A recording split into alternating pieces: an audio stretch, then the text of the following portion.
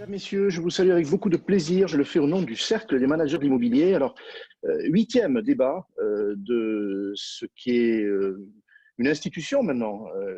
Je rappellerai néanmoins quelle est son origine. À l'origine, euh, bien sûr, une nécessité impérieuse de débattre et de s'adresser à la communauté professionnelle immobilière.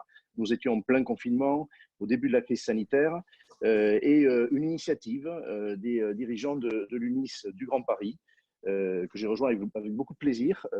C'est celle de régulièrement faire le point sur les sujets les plus brûlants pour la communauté immobilière, non seulement les professionnels, mais bien sûr aussi les clients de ces professionnels.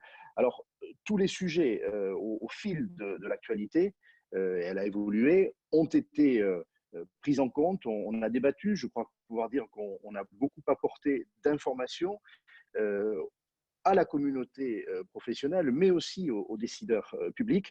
Et peut-être même avons-nous tous ensemble, avec les quelques 50 débatteurs qui jusqu'à présent ont accepté de venir échanger avec nous, nous avons sans doute contribué à éclairer le gouvernement, le Parlement sur ce qui devait être fait dans l'urgence. Et on veut continuer. Nous ne sommes plus en période de confinement, on est encore en période de crise. Et le sujet abordé aujourd'hui, on l'a croisé à la faveur de plusieurs de nos débats précédents. On va faire mieux aujourd'hui, on va consacrer 1 heure et demie à ce seul sujet, c'est la question des baux commerciaux et des relations nécessairement difficiles aujourd'hui entre les enseignes commerciales, les commerçants et les propriétaires de locaux commerciaux qui hébergent leurs activités. Sujet très tendu puisque pendant 2 mois, l'activité a été mise en panne pour de très nombreux secteurs, ralentie pour beaucoup d'autres, empêtrée, embarrassée, et le redémarrage lui-même, on entend qu'il y a un enthousiasme de la nation, tant mieux. Il reste que ça n'est pas gagné et que selon les secteurs d'activité, là encore, on est en période, on va dire, de convalescence. Alors, on n'a pas fait le choix avec les animateurs de ce cercle des managers d'immobilier de traiter le sujet à chaud. On le traite aujourd'hui avec un peu plus de recul et à une période très particulière puisque une médiatrice a été nommée par le gouvernement pour que les relations entre l'ensemble des locataires commerçants et l'ensemble des propriétaires de locaux commerciaux, pour que ces relations soient apaisées et les plus sereines possibles. Pour traiter de ce sujet, des invités que je remercie beaucoup parce qu'ils ont accepté, avant que le rapport ne soit rendu, de nous faire partager leur vision de la situation passée, bien sûr, présente et surtout des mois qui sont devant nous. Je remercie, et comme ça, ils apparaîtront à l'image et pourront nous saluer les participants qui sont très nombreux. On est plusieurs centaines, je le souligne, professionnels de l'immobilier sans doute, peut-être enseignes utilisatrices aussi et sans doute propriétaires. Je voudrais accueillir avec beaucoup de plaisir Anne Lefort. Elle est avocate, elle est spécialisée dans les baux commerciaux. Maître, Bonsoir Henri, merci vous êtes pour avec cette nous. invitation. Oui. Merci beaucoup. J'accueille Yves Ben Simon. Yves Ben Simon, alors voilà, il y a des personnes qu'on ne présente pas parce que leur nom, c'est le nom de l'entreprise et c'est même plus que ça. C'est le nom d'un objet emblématique aujourd'hui. Donc Yves, merci beaucoup d'être là. Vous êtes l'un des deux frères Ben Simon à la tête de l'entreprise éponyme et vous avez bien voulu venir témoigner de la situation que peuvent rencontrer les commerçants. Vous êtes un commerçant indépendant, vous avez plusieurs boutiques, non seulement en France, mais ailleurs. Et merci beaucoup du témoignage que vous nous apportez. Merci de m'avoir invité. On va essayer Merci Yves. quelques nouvelles idées. On va y arriver. Et alors, il n'était pas avec nous tout à l'heure. C'est aussi, à un autre titre, un homme des beaux commerciaux. Il est à la tête d'une foncière spécialisée, c'est-à-dire qu'il a fait le choix de cet actif particulier qui aujourd'hui se retrouve au cœur de la tourmente, les locaux commerciaux. C'est Denis Houssadon. Denis, est-ce que tu es avec nous? Pas encore. Bon, et il va nous rejoindre, en tout cas, il n'y aura pas de mauvaise surprise parce que je lui ai parlé tout à l'heure et il est bien au clair sur notre… Il est présent, mais il a un problème de micro. Il a un problème de micro. Bon, alors allez, c'est moindre mal. Est-ce que le problème se résout tout de suite pour qu'il nous salue ou est-ce que je poursuis les présentations? Allez, poursuis. Alors, ceux qu'il ne faut pas présenter parce que ce sont mes comparses depuis le premier jour, depuis la première conférence, on en est à la 8e, je vous le rappelle. Ce sont les dirigeants de l'UNIS du Grand Paris, du pôle UNIS du Grand Paris et Île-de-France. Je salue d'abord sa présidente, Émilie Jousset. Bonsoir Henri, merci. Bonjour Émilie. Et ces deux présidents délégués que sont François-Emmanuel Borel, qui viennent d'apparaître, et Benjamin Darmouni. Messieurs, vous êtes là tous les deux. Ah, c'est bon. Bonsoir Henri. Tu m'entends? Voilà. Alors, Denis prend la parole. Bonjour Benjamin. Allez, Denis prend la parole. Oui. Denis, Bonsoir, je te salue, Henri. je suis rassuré parce que Voilà, il non, ne il y a manquait que toi. Bonjour Denis. C'est bon. Comment Bonsoir, vas-tu? tout le monde. Comment vas-tu? Ça va et toi? Bon. Ben, as je l'air en suis pleine heureux de forme, alors ça participer à ce webinaire. Et bonsoir tout le monde. Merci beaucoup. Merci. Tu n'étais pas encore arrivé. Je remercie chacun Je t'avais d'avoir accepté, alors même que le rapport n'est pas rendu, d'avoir accepté de témoigner. On ne vous a pas choisi au hasard, hein, je dois le dire, parce que vous êtes tous les trois des personnes avec un franc-parler. Et le quatrième, alors je ne sais pas s'il est avec nous, Jean Pinsol, je le salue aussi. Présent. Jean, il est là? Ah, je ne t'avais pas vu. Bonjour Jean. Voilà, donc Jean, tu es le président de la Chambre des propriétaires, qui est la représentation pour l'Union de la propriété immobilière des propriétaires sur le grand territoire de l'Île-de-France. Au-delà, tu es un spécialiste de beaux commerciaux, hein, tu enseignes cette discipline dans des maisons que je connais bien, et tu sièges aussi à la commission de conciliation des beaux commerciaux pour Paris, pour le Val-de-Marne. Bref, sans même parler de tes responsabilités de représentation de la propriété, tu es un spécialiste reconnu comme les autres débatteurs et tu représentes la propriété comme Denis le fait en étant à la tête de sa foncière. Jean, tu vas apparaître. C'est bon, tu me vois? Est-ce qu'on va te voir? Voilà, ça y est. Ah, très bien, avec bon. le drapeau français. Le drapeau de la République française, très bien. Merci beaucoup. Merci beaucoup d'être avec nous. Donc, je repasse la parole alors, Émilie Jousset nous a salué, François-Emmanuel et Benjamin, au titre du cercle, nous ont salué aussi. Émilie, je te laisse avoir le mot d'accueil légitimement. Ensuite, tes deux confrères, vous êtes tous les trois des administrateurs de biens, hein, je le précise, vous représentez cette profession parce que vous la faites, et donc vous aurez largement matière aussi à intervenir dans ce débat. Je te laisse nous accueillir. Merci Henri. Effectivement, on a pu pour cette 8e conférence et puis pour la première mensuelle, parce que ça fait faire une conférence spéciale sur les baux commerciaux et les relations entre les locataires et les propriétaires bailleurs, puisqu'on est au milieu en tant qu'intermédiaire administrateur de biens de ces relations-là, et qu'on a pressenti dès le début du confinement les difficultés financières qu'allaient avoir les locataires commerçants.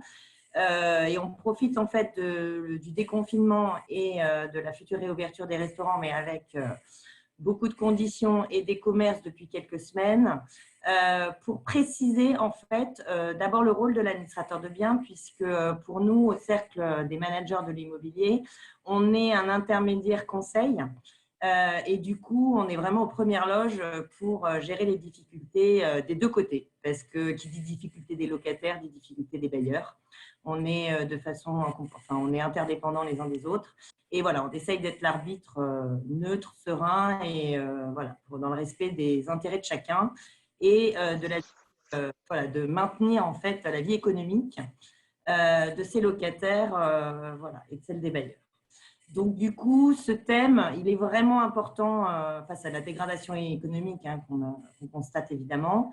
On voit bien que le ministre Bruno Le Maire a nommé donc, une médiatrice pour édicter le code de bonne conduite, auquel d'ailleurs certains des participants ici présents ce soir ont participé et donc vont pouvoir développer et pouvoir en parler. Aujourd'hui, le Cercle a vraiment pris le parti d'être au cœur de l'action. On est de propositions et toutes les thèses et propositions qui seront faites, on les relaie évidemment aux instances et à nos ministres de tutelle.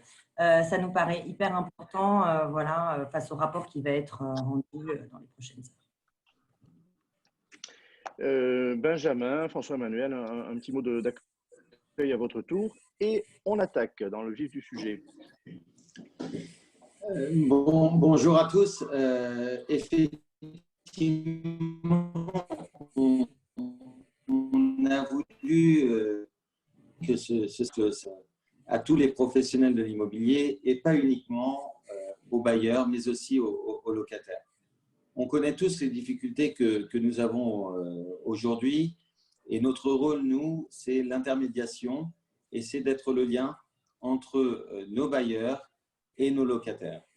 On a conscience des difficultés, on a conscience que c'est facile pour personne, on a conscience qu'un propriétaire n'est pas une foncière et on a conscience qu'un locataire sans activité ne pourra pas payer son loyer.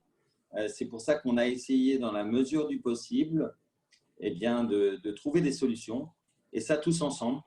Pendant toute la durée de cette crise, on a échangé, on a débattu et on a essayé de trouver des terrains d'entente entre toutes les parties. Et c'est vraiment le rôle de notre conférence de ce soir d'exposer effectivement où nous en sommes de cette relation et quelles solutions ont fonctionné plus ou moins et quelle va être la suite. François-Emmanuel, je précise aussi, hein, même si tous les trois, vous connaissez la question des baux commerciaux, que s'agissant de Benjamin, il en est vraiment un professionnel. C'est l'une des spécialités de son entreprise. François-Emmanuel. Oui, il a été nommé par le gouvernement une médiatrice et on peut en effet confirmer que nous-mêmes, nous sommes médiateurs depuis maintenant 3 mois sur le sujet. On considère souvent le locataire pas nécessairement comme étant un client, pourtant là, on a bien compris qu'il l'était. Donc, dans les rapports que nous entretenons avec eux, on peut dire qu'on a une intensité beaucoup plus importante que jamais. Et je suis impatient d'écouter ce soir à la fois des représentants de ces différents métiers et des deux secteurs afin de continuer ce dialogue là, que l'on a initié maintenant depuis le début du confinement. Donc voilà, j'attends et je suis très impatient d'avoir l'écoute de chacun d'entre eux. Merci beaucoup. Puis alors bon, moi j'aurais moins de pudeur pour dire qu'on parle dans cette période d'entreprise en difficulté. Les administrateurs de biens spécialisés dans la gestion des baux commerciaux peuvent être mis en difficulté tout simplement parce que sans flux financier, vous n'avez pas d'honoraires. Hein, voilà. Hein, donc, je le confirme, on se met assez facilement à leur place. Ouais, c'est pour ça qu'on a fait cette conférence à la fin du confinement. C'était aussi pour avoir le retour des confrères et on est vraiment face à un énorme taux d'impayés. Mais c'est clair. J'en profite, Henri, pour relever sur ce que tu viens de dire. Malgré le fait que nos honoraires soient en jeu, nous ne l'avons jamais mis en levier d'une négociation quelle qu'elle soit. Très juste. Parce que l'intérêt avant tout, c'est la relation entre notre locataire et notre propriétaire. Et que les choses soient très claires, on a souvent, en tout cas je parle pour mon cas, fait fi de mes honoraires uniquement pour que les parties soient satisfaites d'avoir trouvé un accord. Et ce n'est pas quelque chose qui a fait la différence, en tout cas je parle pour mon cas, dans les négociations. Non, mais les nombreux administrateurs de biens de l'UNIT dans Paris, ils font au cas par cas les négociations et c'est clair que nos honoraires sont pas c'est pas l'objet du débat. L'objet du débat, c'est la continuité du contrat, la vie économique du locataire. Du bailleur. Parfait. Moi, je me permettais de dire qu'il y avait cet enjeu-là parce que j'ai le droit de le dire, vous ne l'avez pas dit. On vous a ségré aussi, mais c'est un sujet. C'est un sujet. Alors, bon, Anne Lefort, avocate spécialisée. Je ne sais pas s'il faut dire avocate parce que justement, quand on parle de l'avocat, on pense à un conflit, à une judiciarisation et peut-être, mais tu vas nous le dire, que la question relève plutôt de l'accord. On a entendu dans les propos de chacun jusqu'à présent qu'il s'agissait de se comprendre, d'accommodement, de solidarité. On n'est pas du tout dans le champ judiciaire, mais peut-être faut-il aussi y aller. Alors, Anne, quel constat, après quelques 3 mois d'une situation très, très difficile, on l'a dit, un déconfinement qui est progressif et un retour à l'activité qui sera loin d'être immédiat. Qu'est-ce qu'on peut dire, sachant qu'il y a sans doute autant de situations que de relations locatives, mais globalement, est-ce qu'on peut faire une typologie? Est-ce qu'on peut dire ce qui a fonctionné, ce qui n'a pas fonctionné? Et encore une fois, on va sans doute focaliser notre propos. On a 2 représentants de la propriété tout à l'heure, le patron d'une foncière importante, mais privée, indépendante, et non pas institutionnelle, et puis Jean Pinsol qui représente le détail des propriétaires, le retail.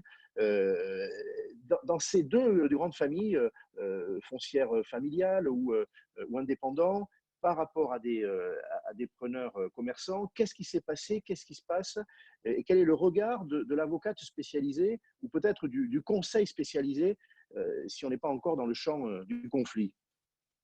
Alors, merci Henri. La typologie des contentieux, elle est propre à chaque crise. Il est bien évident qu'on va avoir des contentieux différents de ceux qu'on a pu connaître suite aux crises de 1991 ou de 2008. Principalement, alors nous avons été sollicités beaucoup pour trouver des solutions concrètes, comme vous tous. Donc, je crois qu'il y a un accord unanime qui ressort de nos échanges. C'est qu'aujourd'hui, ce que veulent les utilisateurs, les bailleurs, et avec l'aide précieuse des administrateurs de biens, c'est qu'il faut trouver une solution pour pouvoir maintenir l'activité économique par des efforts croisés, mais pas au préjudice non plus uniquement du bailleur. Et il faut à tout prix éviter la vacance. Et ça, je crois que les bailleurs l'ont également très bien compris. Et chacun s'est mis autour de la table. Alors, parmi les points sur lesquels nous sommes intervenus, pour rappel, nous avons eu bien évidemment les demandes de report et d'annulation de loyer, je vais y revenir, les renégociations de baux. Nous avons eu également des demandes liées aux transactions qui étaient en cours. Et puis, je vous dirai un mot sur la suite prévisible, c'est-à-dire le contentieux judiciaire qui, même si on tente le tout pour l'éviter, certainement existera autour des notions de la force majeure, de l'exception d'inexécution, de la théorie de l'imprévision, et puis je vous dirai un mot sur la demande de baisse de loyer qui peut-être sera une demande qui sera abondante ces prochains mois. Sur les demandes de report et d'annulation de loyer. Alors, il y a eu beaucoup d'incertitudes sur le dispositif exceptionnel qui a été mis en place par le gouvernement pour lutter contre la propagation de l'épidémie de Covid-19. Vous le savez, le premier discours du président de la République a suscité beaucoup d'espoir chez les commerçants en parlant de suspension de loyer. Et puis finalement, tout cela ne s'est pas traduit dans les textes puisque la loi du 23 mars 2020 et l'ordonnance du 25 mars 2020 n'ont finalement prévu qu'un report de loyer, c'est-à-dire un étalement de loyer. En réalité, et donc pour synthétiser, même si tout cela n'était pas très clair, tous les loyers et les charges demeurent dus par toutes les entreprises, quelle que soit leur taille, et certaines seulement bénéficient de la possibilité de report, c'est-à-dire d'un simple étalement de loyer. Alors évidemment, il a fallu décrypter les mesures, et là encore, je salue le rôle des administrateurs de biens qui ont été fort utiles pour faire l'entremise entre bailleurs et utilisateurs. Voilà. Alors dans la pratique, comment ça s'est traduit ? Bon nombre de demandes d'annulation néanmoins et de report. Alors, certains avec pudeur juste demandant un financier, un étalement, d'autres demandant de toute façon l'annulation d'une partie du loyer. Et là, évidemment, c'est une pure négociation. Pourquoi négociation? Parce qu'encore une fois, les bailleurs sont conscients des difficultés et pour certains, il a été possible de mettre en place des avenants, alors avec seulement un étalement de loyer, avec évidemment des précautions, attention aux dates d'exigibilité pour pouvoir permettre aux bailleurs de recouvrer tous ses droits en cas de non-paiement dans les semaines à venir. Pour certains, des abandons de loyer, là encore, qui ont été mis en place par des avenants sécurisés pour les bailleurs, avec des conditions pour récupérer cet abandon de loyer si jamais certaines conditions ne sont pas réunies. Les lettres types, plus ou moins incisives d'ailleurs de la part de locataires, ont permis aux bailleurs de se positionner. C'est important ce que je dis parce qu'on a vu différents comportements et différentes façons d'appréhender et de solliciter ces reports. Certains locataires ont été extrêmement virulents, extrêmement incisifs, ce qui n'a pas toujours plu à des bailleurs qui ont pu se braquer plutôt que de les mettre en position de négocier. Donc, attention. Mais globalement, beaucoup d'accords ont pu être trouvés et finalisés et régularisés. Il y a eu aussi l'opportunité de renégocier totalement les baux. Certaines négociations, certaines parties ont cru bon de profiter de cette opportunité pour trouver un meilleur accord qui satisfasse à la fois le bailleur et à la fois le locataire sur un timing évidemment qui était favorable pour le locataire à un instant T et qui devenait plus satisfaisant pour le bailleur à un autre instant. Là encore, nous sommes intervenus dans de nombreuses renégociations pour aboutir à de nouveaux accords. Troisième typologie d'intervention, et ça c'est vraiment propre aux périodes de crise, ça fait partie des contentieux résurgents dans des périodes tendues, ce sont les hypothèses où les parties se sont engagées et souhaitent faire machine arrière. On a des deals en cours, des deals qui sont déjà finalisés ou qui sont sur le point d'être finalisés et une partie veut rompre ces accords. Alors, typiquement, le cas le plus classique qu'on a eu à de multiples reprises ces dernières semaines, c'est la société en pleine croissance qui veut s'agrandir, qui a pris des milliers de mètres carrés supplémentaires pour ses collaborateurs et qui évidemment veut faire machine arrière et sollicite les conseils pour soit renégocier, soit rompre tout simplement les accords qui ont été pris. Ça fait partie des contentieux typiques que nous avons en période de crise sur la rupture des pourparlers ou des contrats qui ont été conclus.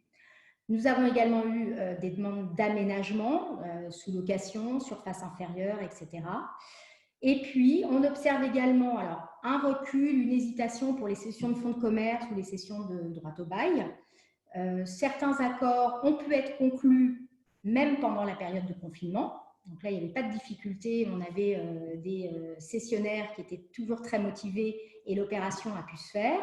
On a eu au contraire des opérations qui ont été stoppées net, avec des acquéreurs qui ne souhaitaient plus du tout finaliser l'opération. Et puis évidemment, on a toujours les incertains, les hésitants qui mettent l'opération en stand-by. Et là, nous attendons un peu de voir comment va être la reprise et si l'acquéreur se repositionne. Voilà pour les choses qui ont été traiter, je dirais, le courant, le quotidien en matière de baux commerciaux. Alors, sur les contentieux... Une question avant de parler de l'avenir immédiat, Anne, sur les stratégies, j'utilise ce mot, tu as parlé de comportement, plus ou moins habile des locataires quand il s'agit de demander une facilité, il y a toujours deux grandes façons de le faire. Est-ce que les organisations professionnelles, les fédérations étaient derrière? Parce que tu as parlé de lettres type, secteur par secteur, j'imagine que les fédérations ont été à la manœuvre et certaines peut-être plus offensives que d'autres. Alors, oui et non, pas tant que ça. Il faut voir que on a les fédérations du côté des bailleurs, du côté des utilisateurs. Pour les franchisés, on a également les lettres types qui avaient été faites Oui, par les franchisés, bien sûr. leurs franchisés, on l'a vu beaucoup. Il faut avoir en tête que le bail commercial est un contrat et c'est du cas par cas. Chaque bailleur est particulier. Et ça, nos administrateurs de biens le savent pertinemment. Et donc, la négociation ne peut pas être une négociation cadre avec une lettre type adressée à chaque bailleur. Et la solution trouvée et les avenants que nous faisons sont vraiment du sur-mesure et du cas par cas parce que chaque bailleur réagit de façon différente. Et puis d'abord, dans les bailleurs, on a des bailleurs personnes physiques qui vont avoir ce pied d'immeuble qui va leur assurer un revenu. Nous avons des bailleurs un peu plus importants qui vont avoir plusieurs sources de revenus. Donc, leur positionnement par rapport à cela est très différent. Donc, effectivement, on a reçu des lettres types parfois d'utilisateurs, de preneurs, pour solliciter des mesures auxquelles ils n'ont pas le droit, puisqu'on sait qu'ils ne relèvent pas des dispositifs ni de report, encore moins d'abandon, puisque ça n'est prévu par aucun texte. Mais nous avons des lettres. Alors, des lettres, et j'y venais aussi sur les contentieux à venir, mais ça me permet d'en dire un mot maintenant, des lettres avec toute une série d'arguments. Alors, il y a ceux qui nous parlent uniquement des difficultés économiques, bien évidemment, ceux qui nous parlent d'ores et déjà de force majeure, d'exception d'inexécution. À cela, il y a le comportement, je dirais, et du locataire, et puis il y a le comportement financier du locataire. Il y a les locataires qui ont tout de même payé leur loyer, d'autres locataires qui se sont abstenus de tout règlement. Là encore, il ne faut pas oublier qu'on a mis en place, que le gouvernement a mis en place le prêt garanti par l'État pour permettre justement aux entreprises de faire face à leurs charges. Et pour autant, certains sont dans le blocage absolu du paiement de leur loyer. Alors, c'est une stratégie… Oui, très important. On va y revenir avec Denis tout à l'heure et avec Yves aussi. C'est une stratégie qui peut aboutir. Certains utilisateurs, je le sais bien, se disent « oui, mais si je paye, j'aurai moins de levier pour négocier ». Bon, oui, mais les bailleurs sont aussi conscients que les mois à venir vont être un petit peu difficiles, qu'en plus on est en période estivale bientôt, demain. Donc, ils sont quand même attentifs et à l'écoute de cela. Alors, un point justement sur les orientations à venir. La force majeure combinée à l'exception d'inexécution, c'est le leitmotiv des locataires pour tenter de ne pas régler leur loyer. Tous les bailleurs ont reçu des lettres de locataires sollicitant l'abandon sur la base de ces arguments. Il faut savoir qu'aujourd'hui, il est totalement prématuré de se positionner sur le bien fondé de cette argumentation. Il y a des informations dont on dispose, puis il y a celles dont on ne dispose pas. À ce jour, nul ne peut dire quelle solution adoptera la Cour de cassation sur la force majeure et l'exception d'inexécution pour les loyers commerciaux. Donc, c'est un mécanisme qui suppose une procédure judiciaire avec des délais longs et je ne suis pas certaine qu'il soit opportun aujourd'hui de rentrer en conflit judiciaire pour des années avec son bailleur ou son preneur pour 3 mois de loyer. Voilà. Deuxième point, et je serai très rapide, l'imprévision. Vous savez que la réforme du droit des obligations de 2016, avec une loi de ratification de 2018, introduit dans le Code civil l'article 1195 qui permet de renégocier un contrat ou pire, d'obtenir la résolution d'un contrat lorsque certaines circonstances étaient imprévisibles au moment de la conclusion de ce contrat. Alors moi, je n'ai pas trop de difficultés parce que dans mes baux pour les bailleurs, j'exclus ce mécanisme, mais pour tous les baux qui ne bénéficient pas de cette exclusion, il y a l'imprévision. Donc là encore, on aura un contentieux, ça c'est le contentieux de demain, sur l'imprévision. Voilà. Et puis, évidemment, il y aura des demandes de baisse de loyer. En période tendue, on a les demandes de déplafonnement à la hausse. En période de crise, on a des demandes de baisse de loyer par les locataires en période triennale ou en période de renouvellement. Voilà. Juste une question parce qu'elle est posée par des participants. Les procédures ont été suspendues pendant la période du cœur de la crise sanitaire. Qu'est-ce qu'il en est aujourd'hui? Est-ce qu'on peut adresser un commandement d'huissier? Est-ce que les tribunaux fonctionnent? On a bien compris que ta préférence n'allait pas à la judiciarisation. Néanmoins, si on est déjà dans ce conflit-là ou qu'on veut engager ce conflit, où on en est exactement du fonctionnement de la justice et de l'exécution? Alors, première chose, la justice fonctionne. En matière de baux commerciaux, nous avons même des audiences en présentiel qui ont repris la semaine dernière. D'accord. Donc, la justice fonctionne. Les textes concernant la prorogation des délais sont vraiment très complexes. On a notamment l'ordonnance du 25 mars 2020 qui prévoit la prorogation des délais. Ce qu'il faut avoir en tête, c'est qu'on a la fin de la période protégée qui est jusqu'au 23 juin 2020. Et, oui, on est encore dedans, tout à fait. Voilà. Et l'ordonnance du 25 mars 2020, qui a été modifiée par la suite, nous dit qu'il faut attendre jusqu'au 23 juillet pour agir. Donc, ça veut dire qu'à partir du 24 juillet 2020, nous allons pouvoir agir pour les loyers, par exemple, ou divers manquements qui n'auront pas été réglés. Bien entendu, il n'y a pas de période de protection pour les loyers avant la période du 12 mars. On est bien d'accord.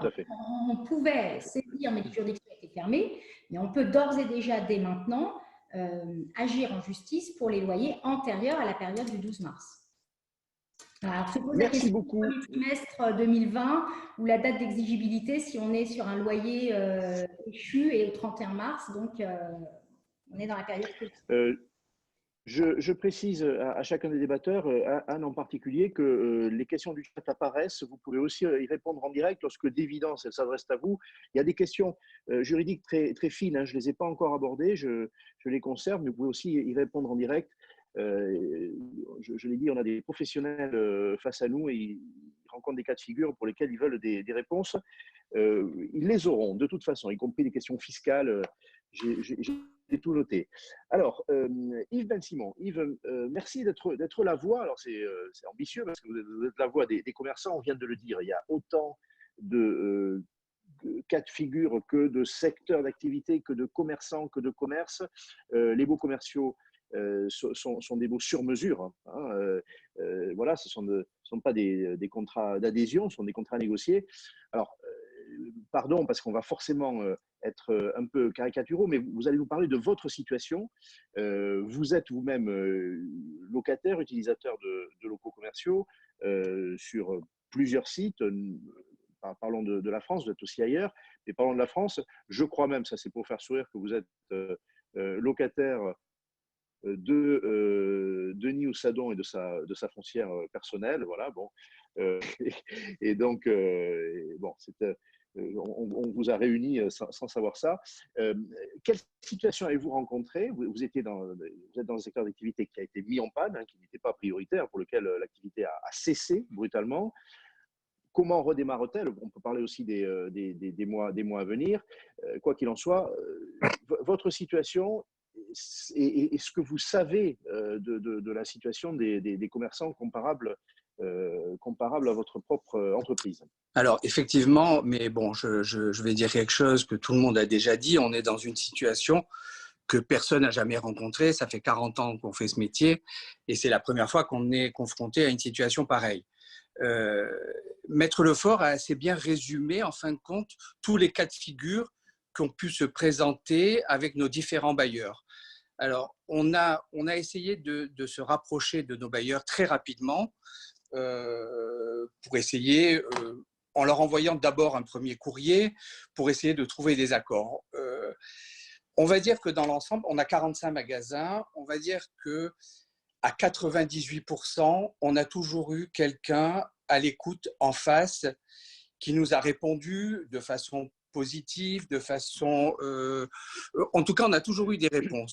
Ce qui nous a permis de rentrer effectivement en discussion et d'éviter ce qu'on n'a pas envie de toute façon d'avoir.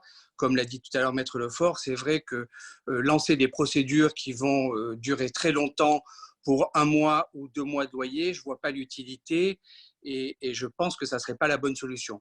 Donc, dans l'ensemble, tous nos bailleurs ont répondu présent. Alors, on n'a pas les mêmes accords avec tous, on n'arrive pas, il y en a encore où on est encore en négociation.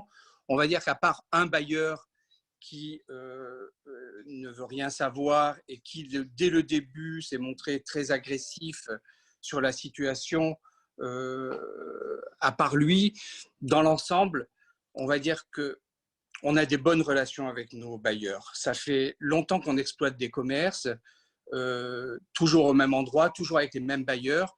Et au fil du temps, quand vous n'avez jamais eu de litige avec un bailleur, je crois qu'il y a des relations de confiance qui se créent. Alors, c'est des fois plus facile quand on a un bailleur en face sans intermédiaire, quand il n'y a pas un administrateur, parce qu'on le connaît depuis longtemps, on parle avec lui, on peut prendre le téléphone, ce que j'ai souvent fait, parce qu'on envoie un courrier, on demande, dans un premier temps, on demande une annulation des 2 mois. Systématiquement, on reçoit une réponse négative avec une possibilité d'étalement. Dès qu'on prend le téléphone et qu'on s'adresse directement à la personne et qu'on explique dans quelle situation on se trouve, c'est beaucoup plus facile pour faire entendre, pas pour faire entendre raison, mais pour que la personne comprenne en face les difficultés qu'on peut avoir. Et on va dire qu'on a… Yves, je vous interromps juste 10 secondes sur ce sujet-là. Oui. Vous me voyez sourire. On a rappelé le rôle de l'intermédiaire, hein, du mandataire, mais on n'est pas là pour faire l'apologie des mandataires. Bon, vous dites quand même que dans les cas d'intermédiation, parce que j'imagine que vous en avez aussi, vous rencontrez des relations intermédiaires, vous avez plus de mal comment dirais-je, à faire valoir vos arguments. Vous avez l'impression d'un filtre, d'un dialogue. C'est juste parce que c'est un point important aussi pour la situation. Oui, il y a un filtre, c'est un petit peu plus difficile, mais il n'y a pas plus d'1 heure, on était en relation avec un administrateur de biens pour un de nos locals, et la personne, c'est elle-même qui nous a appelés. Donc ça, c'était par contre la première fois. C'est elle qui a cherché à nous joindre, à essayer de comprendre. Elle a écouté nos arguments. Bon, elle a dit qu'elle allait retourner auprès du bailleur, revenir vers nous. Oui, bien sûr, nécessairement. C'est plus facile quand on a directement le bailleur et qu'on arrive à argumenter directement avec lui. Il y a un filtre en moins. Bon, ça ne veut pas dire que c'est forcément négatif. Il y a un filtre en moins en tout cas. Voilà. Et j'intercale encore une autre question, je vous laisse continuer. Vos bailleurs oui. sur je dirais la cinquantaine de sites, ce sont des bailleurs indépendants. Vous avez aussi des relations avec des foncières institutionnelles, des grosses maisons. Vous avez tous les cas de figure? On a tous les cas de figure. On a d'accord. Un retraité qui a un petit magasin, et ben le loyer, c'est sa retraite.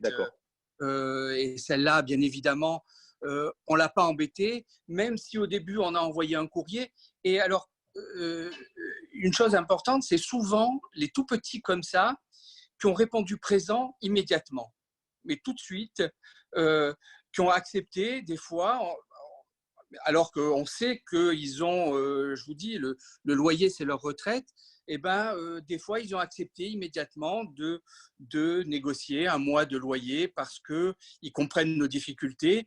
Et puis, ils ont aussi peur peut-être d'avoir une vacance derrière. Ils se disent, bon, est-ce qu'il ne vaut pas mieux aujourd'hui négocier, les aider le bonheur qu'on a, qui est là depuis longtemps, plutôt que de risquer qu'ils disparaissent et de se retrouver avec un local qui va être vide pendant 2, 3, 4 mois, 5 mois. Donc, souvent dans les cas de figure qu'on a, les petits indépendants ont répondu plus facilement et plus rapidement que les foncières. Mais comme vous demandiez, on a tous les cas de figure. On a des indépendants, on a la petite et voilà, on les a tous. Voilà ce que je peux dire. Sur l'effort, merci beaucoup. Une précision sur l'effort, parce que ça, c'est un point, me semble-t-il, crucial, que vous avez demandé, lorsque vous l'avez fait, à votre bailleur, sur telle ou telle localisation. Vous avez dit 1 ou 2 mois. Est-ce que vous considérez, au moins à ce stade, et quelle est votre prévision aussi en tant que chef d'entreprise, que l'impasse, ces 2 mois difficiles, parce qu'il ne s'est rien passé pendant 2 mois et que vous n'avez pas eu de chiffre d'affaires, est-ce que la demande est au-delà de ça? Est-ce que votre demande, ça a été un report, un étalement conformément au message public. Est-ce que ça a été l'abandon de loyer? Parce que je voudrais qu'on en parle aussi, on verra tout à l'heure avec Denis, juste après vous. Est-ce que vous avez souhaité purement et simplement, lorsque vous avez des bonnes relations anciennes, dire à votre bailleur, on ne peut pas, il faut oublier ces 2 mois parce que moi, je n'ai pas eu de chiffre d'affaires, donc je ne peux pas supporter de charges. Et une question, deuxièmement, sur les aides publiques et le PGE, est-ce que vous avez eu recours au PGE? Si vous voulez bien le dire, ce sont des sujets privés. Non, non, il n'y a rien de confidentiel. Pour revenir sur cette histoire de PGE, effectivement, on a fait la demande, on ne l'a pas obtenue pour l'instant, on est en médiation. Donc, effectivement, la situation est compliquée quand vous n'obtenez pas un PGE, parce que le PGE nous aurait aidé justement à faire face à toutes ces charges. Alors, on a utilisé d'autres aides, les reports de charges, le chômage partiel, ça, on les a utilisés, bien évidemment. Mais pour l'instant, nous n'avons pas eu le PGE. Je vous dis, on est en médiation. Après, ce qu'on a demandé dans un premier temps à nos bailleurs, c'était un abandon pur et simple des 2 mois où on était fermé. Les discussions, ça s'est transformé en demandant plutôt un partage, 1 mois chacun, et puis un étalement sur le reste de l'année ou sur les 3 prochains mois du mois qui était pas réglé. Dans l'ensemble, c'est ce qu'on arrive plus ou moins à obtenir. L'étalement, on l'a pratiquement obtenu de tout le monde. Voilà, sauf, je vous dis toujours un qui est plus compliqué, mais l'étalement obtenu de tout le monde. Je vais dire que le mois, 1 mois sur 2, pour l'instant, on l'a obtenu de 30% de nos bailleurs qui ont accepté de nous aider dans cette période difficile. D'accord. Voilà, parce qu'on a des relations avec eux depuis longtemps et qui trouvaient normal de nous aider. Voilà. Dans l'ensemble, voilà où on en est aujourd'hui. C'est parfaitement clair. Yves, vous avez été auditionné par la médiatrice Jeanne-Marie Probst ou vous l'avez fait parvenir une note ou non? D'accord. Et tout à l'heure, j'évoquais le rôle des fédérations. S'agissant de votre activité, je ne connais pas mes classiques, j'imagine que vous avez une organisation professionnelle ou peut-être plusieurs. Vous vous êtes tourné aussi vers votre syndicat ou est-ce que vous avez agi directement parce que vous connaissiez vos bailleurs, vous l'avez dit, et que vous n'aviez pas besoin? Non, on a agi directement. C'est vrai que le syndicat nous a envoyé régulièrement des courriers d'information sur les aides qu'il pouvait y avoir, sur le chômage partiel, sur toutes les procédures qui étaient en cours. Mais on n'aura pas demandé d'aide. On a agi directement avec nos bailleurs comme on le sentait. Voilà. D'accord, c'est clair. Merci beaucoup. Je reviendrai vers vous tout à l'heure. Je n'ai pas retenu le nom. Je vous en prie. La médiatrice, Jeanne-Marie Jeanne-Marie Probst. Voilà. Et on va parler d'elle d'ailleurs tout de suite parce que Denis Houssadon, me semble-t-il, lui a eu des échanges avec la médiatrice. Denis, pardon, parce que je crois que tout à l'heure, quand s'exprimait notre avocate, tu as souhaité réagir. Donc, si tu as encore en tête le sujet, s'il est toujours d'actualité dans le débat, tu peux le faire. J'ai vu ta main levée. Et puis ensuite, tu pourras enchaîner directement. Bon, très clairement, voilà, vous êtes 2 représentants de la propriété, Jean et toi. Tu es à la tête d'une foncière que j'ai qualifiée d'indépendante, privée.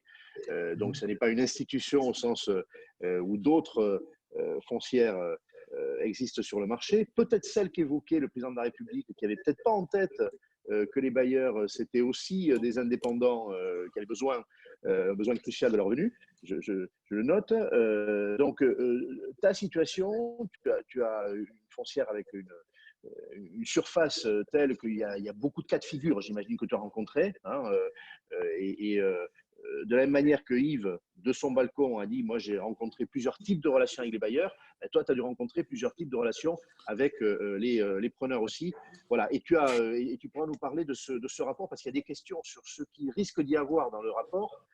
Alors, sans présenter des secrets d'État, il risque d'intervenir très vite. Je le dis, on est dans l'actualité, c'est peut-être dans les heures qui viennent que le rapport… Mais le rapport, tu m'entends Très bien, très bien.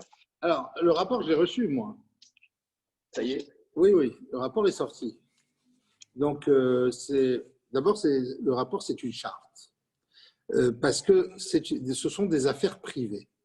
Or, l'État ne peut pas se mêler dans des affaires privées. Premier débat. Donc, c'est une charte, ce n'est pas un décret, ce n'est pas une loi, c'est un conseil d'amis, si je puis l'interpréter comme ça. Bien.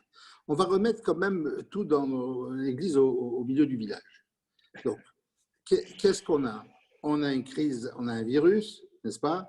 L'État fait une distribution à partir d'ordonnances, la 2020-16-17, 371 sur le fonds de solidarité, la 378 remplacée par la 394, n'est-ce pas?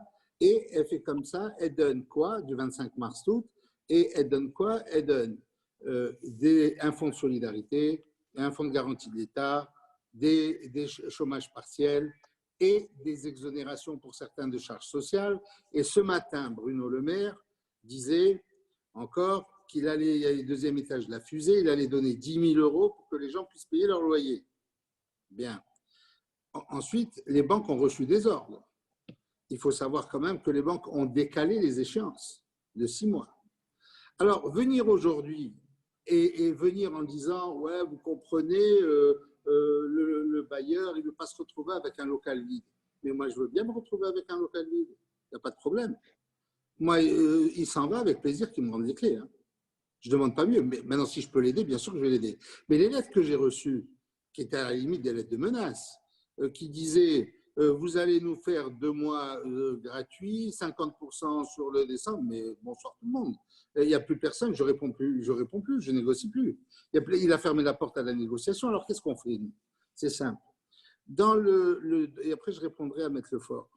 Dans le domaine des ordonnances, on ne peut pas saisir, faire jouer la clause résolutoire, on ne peut pas mettre les pénalités financières, mais ils ont oublié une chose, la saisie des comptes. Et ça, on peut faire. Et pendant toute la période de procédure, il faut payer son loyer. Ça n'exonère pas le non-paiement du loyer. Ça, c'est premièrement.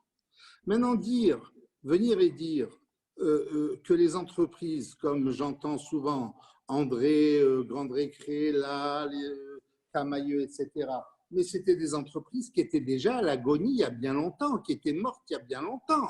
Il faut arrêter de raconter n'importe quoi.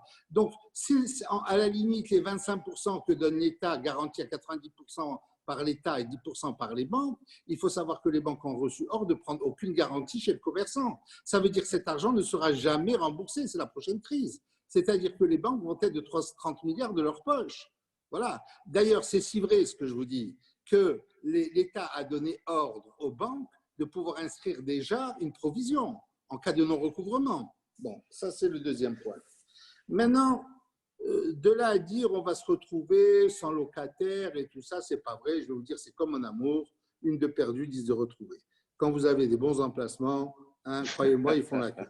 Hein, ils font la queue devant. Maintenant, pour revenir à Maître Lefort. Maître Lefort, je suis 100% d'accord avec vous, si ce n'est que le cas de force majeure est inapplicable. Parce qu'il n'est pas du fait du bailleur. Le cas de force majeure est un cas qui concerne tout le monde. Alors, si j'applique le cas de force majeure, c'est très bien. Mon locataire va me dire cas de force majeure. Moi, je vais dire à mon banquier, cas de force majeure. Le banquier va dire à la Banque de France, cas de force majeure. La Banque de France va dire à la Banque européenne, cas de force majeure. Et on va tourner en rond comme ça en cas de force majeure. Bon, je peux vous dire que ça, c'est inapplicable, premièrement. En ce qui concerne le 1195 de la crise la prévision économique, n'est-ce pas? D'abord, c'est un article qui est très récent, qui date de 2017, sur lequel personne n'a encore jugé. D'accord? Premièrement. Deuxièmement, je dois vous dire confidentiellement, pas que dans mes baux, en cas de négociation de loyer à la baisse, j'ai fait jurisprudence dessus, n'est-ce pas? Le bail est résolu de plein droit. Bien. Alors, pour l'imprévision économique, il faut démontrer d'abord que pour renégocier le contrat, il faut démontrer qu'on a payé de manière onéreuse ou à un prix excessif. Ça, c'est déjà une première difficulté. Deuxième difficulté, quand je retrouve un locataire derrière, même avant que les gens partent, je retrouve un locataire à plus cher, croyez-moi que le juge, il a du mal à comprendre. Ça, c'est le deuxième point. Alors, les avocats qui sont venus, et je ne vous vise pas à mettre, en disant l'imprévision économique, ils ont écrit à tout le monde en disant le cas de force majeure, le cas de force majeure. Mais le cas de force majeure, je défie quiconque aujourd'hui de me ramener un jugement avec un cas de force majeure.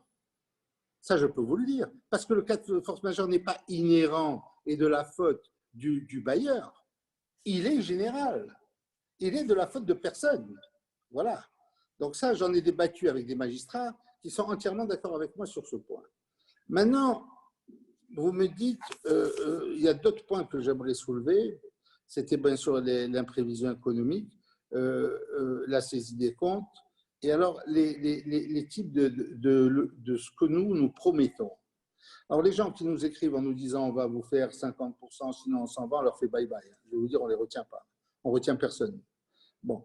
Par contre, ceux qu'on peut aider, bien sûr qu'on les aide. On les aide de bonne foi. Et ceux qui viennent comme les Zara, les H&M, et qui disent on va s'en aller, mais partez.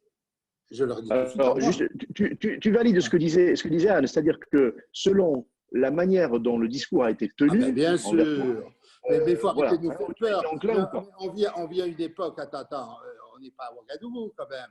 On vit à une époque où tout se sait minute par minute. On est au stade de la communication. Alors, il faut arrêter de raconter qu'on va se retrouver seul, sans locataire. Moi, je suis en train de signer des baux très, très chers avec de nouvelles enseignes. Ce n'est pas vrai du tout ce qu'on raconte.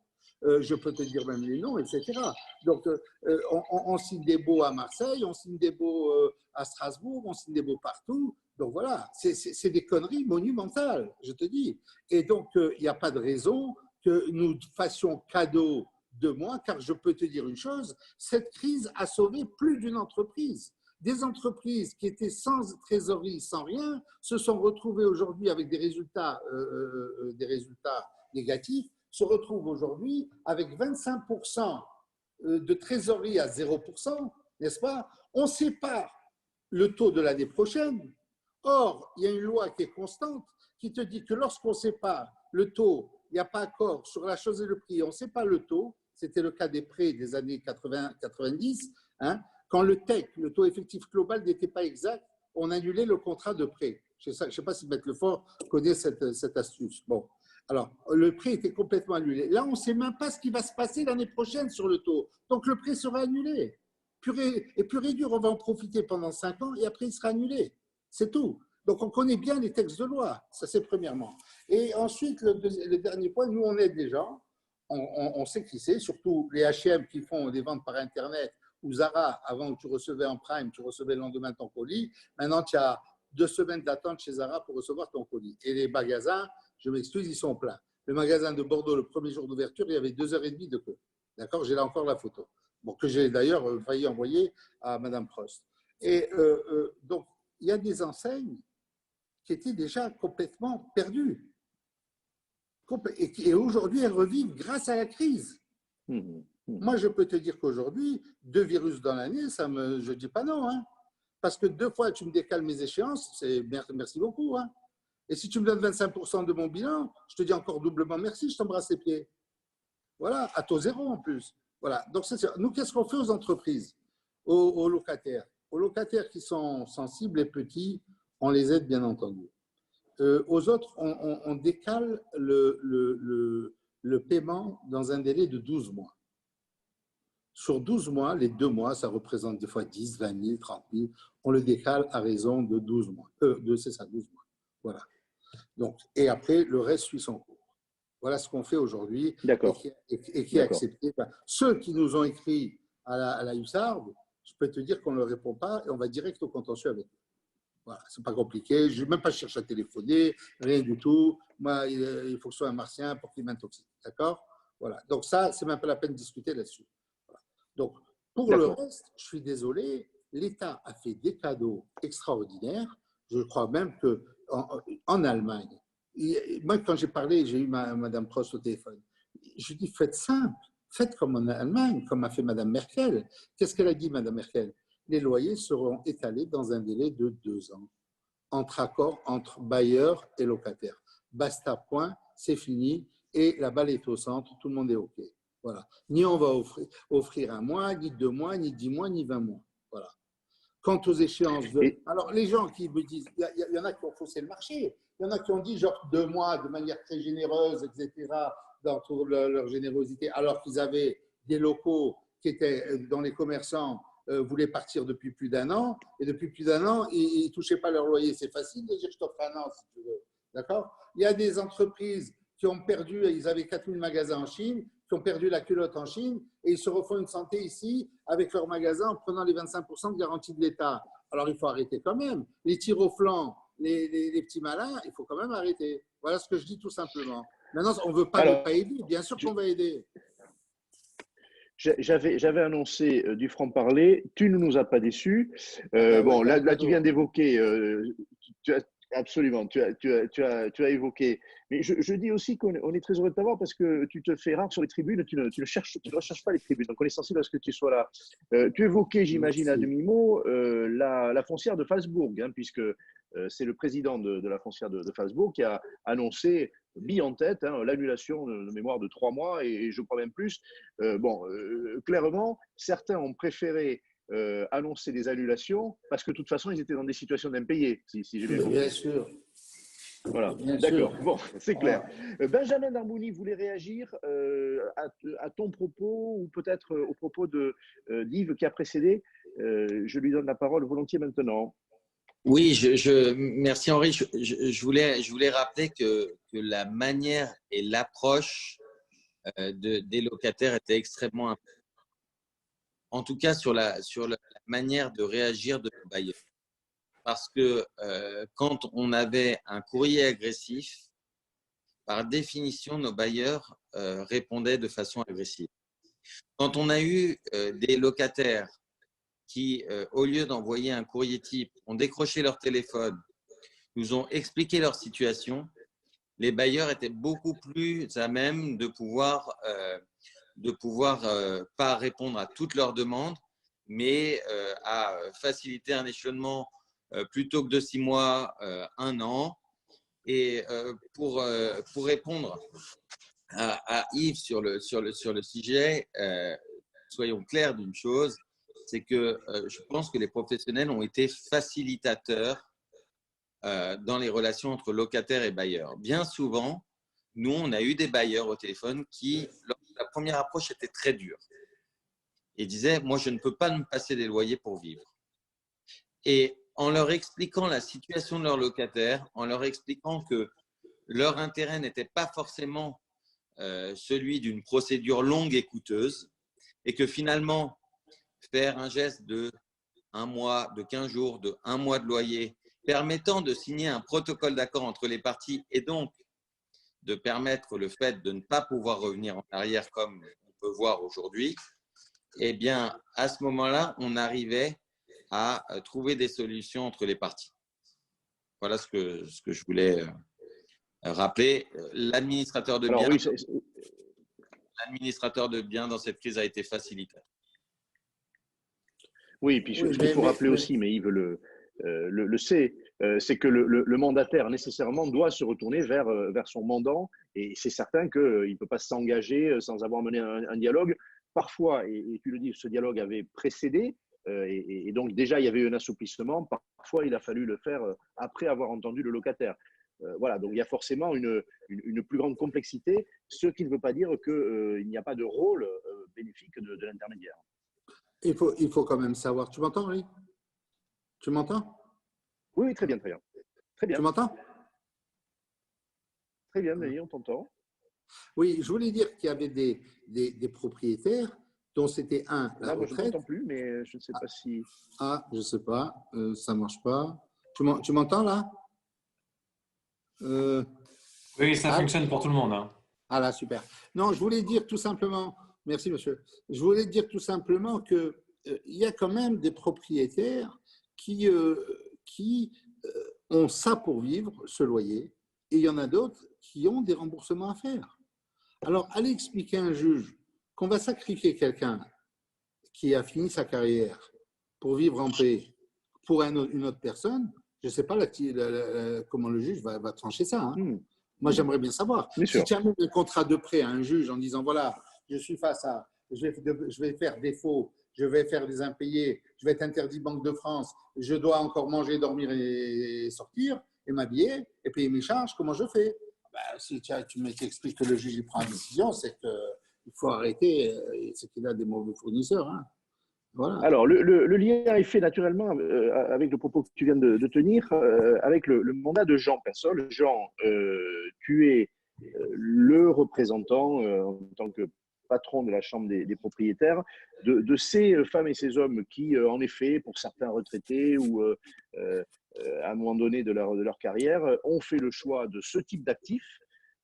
D'autres ont choisi le résidentiel. On ne parle pas de ça aujourd'hui, on parle de cet actif que sont les murs de boutique.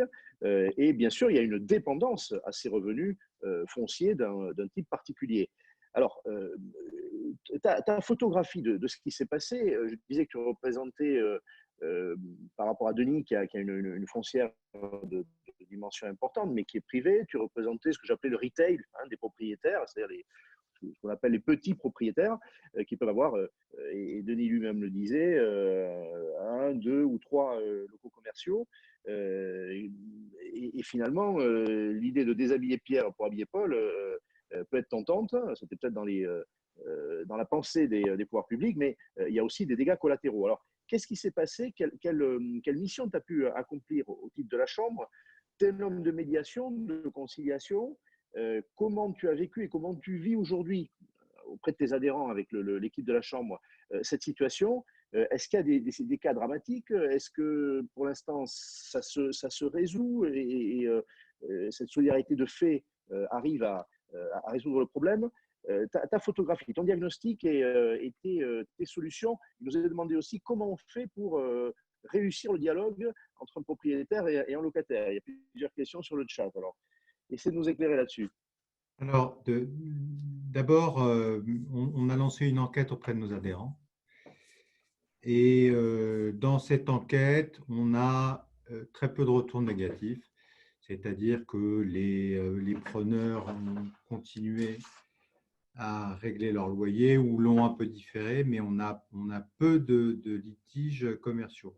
La deuxième chose que je voulais dire et qui me permet de rebondir un peu sur les propos de Denis Houssadon, c'est qu'effectivement, depuis le 13 avril, à la Chambre des propriétaires, on a lancé la médiation parce que vous savez pas, vous allez apprendre maintenant que j'ai une équipe de médiateurs judiciaires près la Cour d'appel de Paris qui sont neutres et indépendants et qui travaillent pour la médiation entre les parties, c'est-à-dire qu'ils vont faire accoucher, toi qui es philosophe, tu vas comprendre très bien, c'est une sorte de maïeutique économique.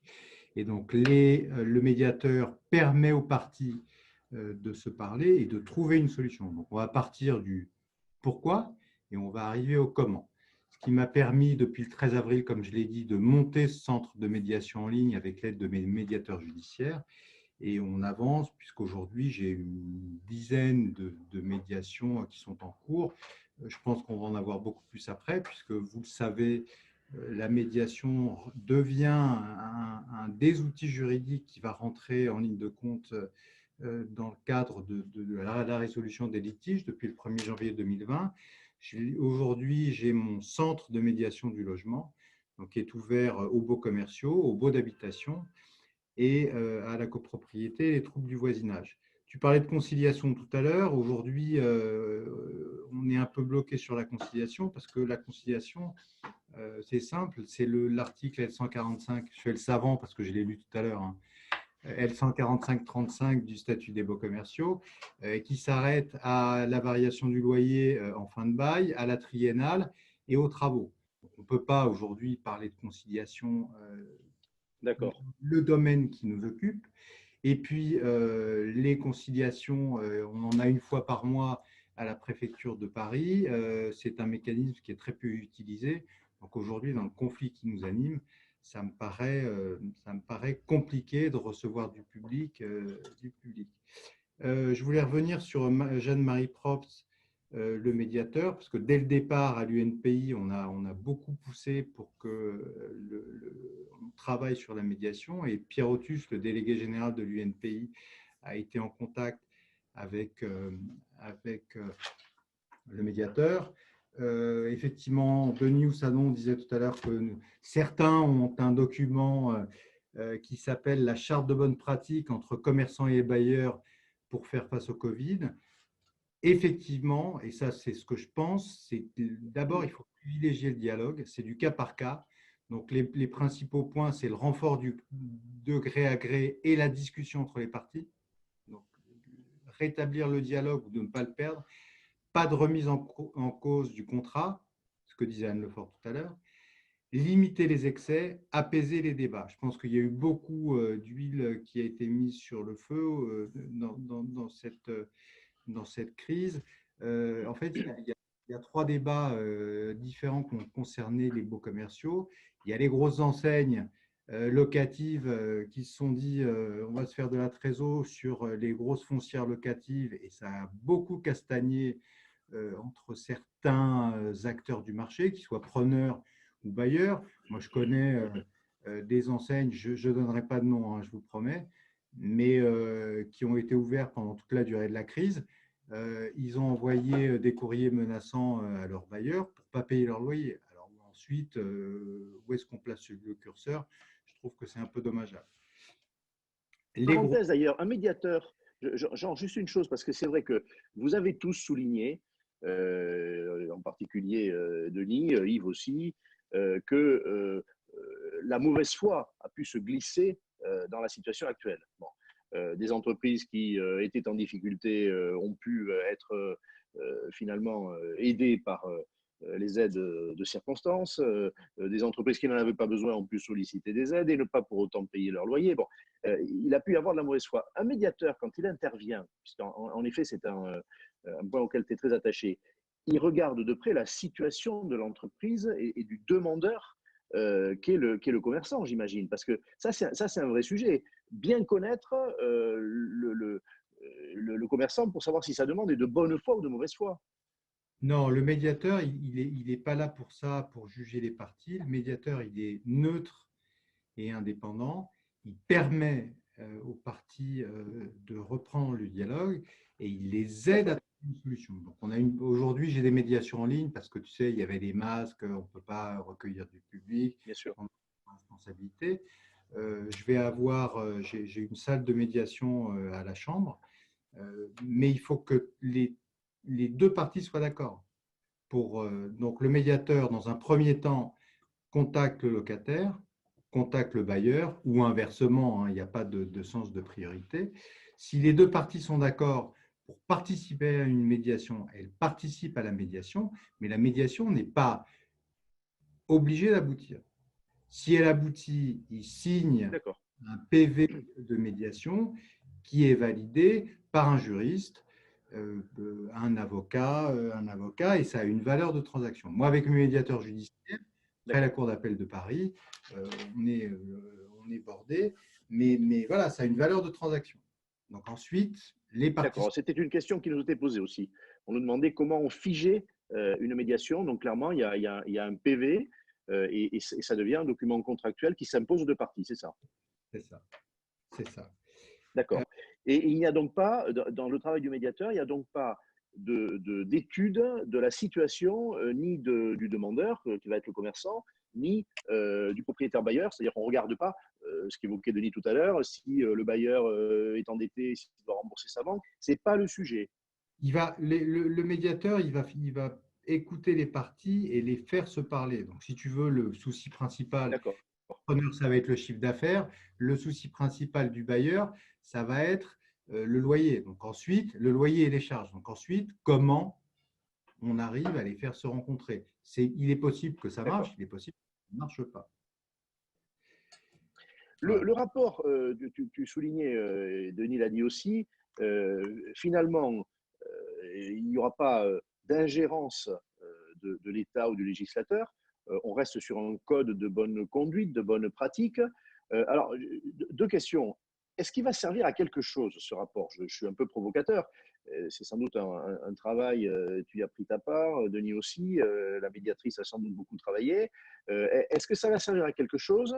Parce que ça va donner des guides à certains qui ne les avaient pas, pour mieux se parler, mieux engager les négociations. Et par ailleurs, deuxième question, ça m'est demandé aussi par des participants, est-ce que le document qui va sortir fait la distinction entre les les plus gros bailleurs et les autres. On a vu qu'il y avait eu des stratégies différentes.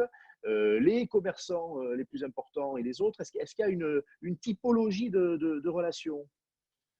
Non, Ou est-ce qu'il y aura dans le rapport pour autant que tu le saches?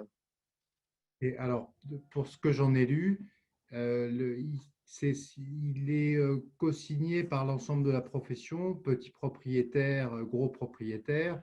J'aime pas ce mot petit, mais ensuite par les fédérations de locataires, de commerçants, et c'est une charte de bonne conduite. Donc, D'accord. elle a une valeur, elle est pas coercitive. Donc ensuite, ils en font ce qu'ils veulent. Si j'ai envie de mettre mon locataire dehors parce qu'il m'a envoyé une mauvaise lettre et que je pense qu'il est de mauvaise foi et qu'il ne va pas me payer, bon, voilà, il n'y a pas d'engagement. Il n'y a pas d'engagement. Je voulais quand même souligner une chose, c'est qu'aujourd'hui, ça fait apparaître au niveau de la France, il faudrait qu'on y ait la mise en place d'une vraie politique sur le commerce, parce que là, on a parlé des grandes métropoles. Donc, dans les grandes métropoles, c'est facile. Le commerce, ça tourne. Il y a des artères où, effectivement, si Denis Houssadon a un locataire qui lui rend les clés, il en trouve 10 le lendemain. Et puis, on a la France un peu périphérique. Ça ne vient pas de moi, ça vient d'un géographe qui a écrit sur le sujet. Et cette France périphérique, on y constate un taux de vacances qui passe de 12,5 à 16%. Donc, comment on fait pour remplir notre commerce de proximité, pour faire vivre notre commerce de proximité?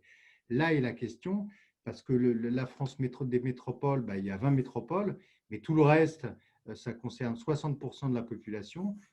Qu'est-ce qu'ils font? Comment ils vivent? Et la ville sans commerce, elle se dégrade. Tu connais mon amour du commerce et des locaux commerciaux. Le commerce, c'est la vie. J'ai oublié ta première question, mais j'y réponds volontiers. En l'occurrence, je demandais s'il y avait dans le rapport, tu as répondu directement, il n'y a pas de typologie de relations locatives selon qu'on est face à une foncière institutionnelle, selon qu'on est face à un petit propriétaire. Ce guide de bonne pratique, chacun l'utilisera comme bon lui semble et il n'y a pas des compartiments dans lesquels on va se retrouver. Non, le principe, c'est la discussion entre les parties, pas de remise en cause du contrat. Et effectivement, recours à la médiation qui proposée, mais on est dans la proposition, on n'est pas encore en Corée du Nord, donc c'est la liberté qui s'applique. Une question aussi là, aux spécialistes, aussi à l'historien des beaux commerciaux que tu es. Bon, le droit des beaux commerciaux a évolué il n'y a pas très longtemps. Même s'il a en gros une grande stabilité par rapport aux relations résidentielles. Est-ce qu'on peut imaginer après cette crise une évolution du droit des beaux commerciaux, des règles du jeu? Alors, j'ai l'arrière-pensée de dire des beaux commerciaux qui seraient plus favorables aux commerçants parce que l'économie commerciale a beaucoup souffert et va encore souffrir. Est-ce qu'il faut s'attendre à une évolution du droit ou est-ce que ce rapport et cette attitude, on l'a pour solde de tout compte, ce sont des contrats privés sur mesure et fermer le banc? Moi, je pense que le statut des beaux commerciaux, il est pas trop mal fait, à part les égratignures qui avaient été faites mais ça c'est le propriétaire qui parle, par Madame Pinel et le plafonnement du plafonnement. Voilà, c'est la dernière évolution. Où on ne sait plus trop où on se retrouve et je trouve que c'est plutôt défavorable aux locataires parce que finalement le bailleur qui a les moyens, il va mettre son locataire dehors pour avoir un loyer de marché. Donc tu vois, c'est l'effet inverse qui était attendu. On a un principe dans le statut des baux commerciaux qui s'appelle le bail dérogatoire et qui permet d'avoir des occupations de locaux commerciaux dans des zones peut-être un peu de seconde zone ou dans des villes moyennes qui permet d'avoir une occupation de 12 mois, 24 mois pour essayer. Moi, ce qui me pose problème ensuite, c'est effectivement la valeur locative, parce qu'il y a des endroits où la valeur locative, elle est de marché, donc de toute façon, on ne va pas avoir de problème pour trouver un locataire. Et puis, il y a des endroits où la valeur locative, c'est difficile. Je vais prendre des exemples que tu connais. Chez nous, dans le sud-ouest, à Bayonne ou à Dax, on trouve des artères qui sont avec des boutiques qui sont vides. Les locataires les prendraient à bail éventuellement, mais les propriétaires en veulent de telle valeur locative que le local commercial, il est vide parce qu'il est un peu en retrait et que voilà.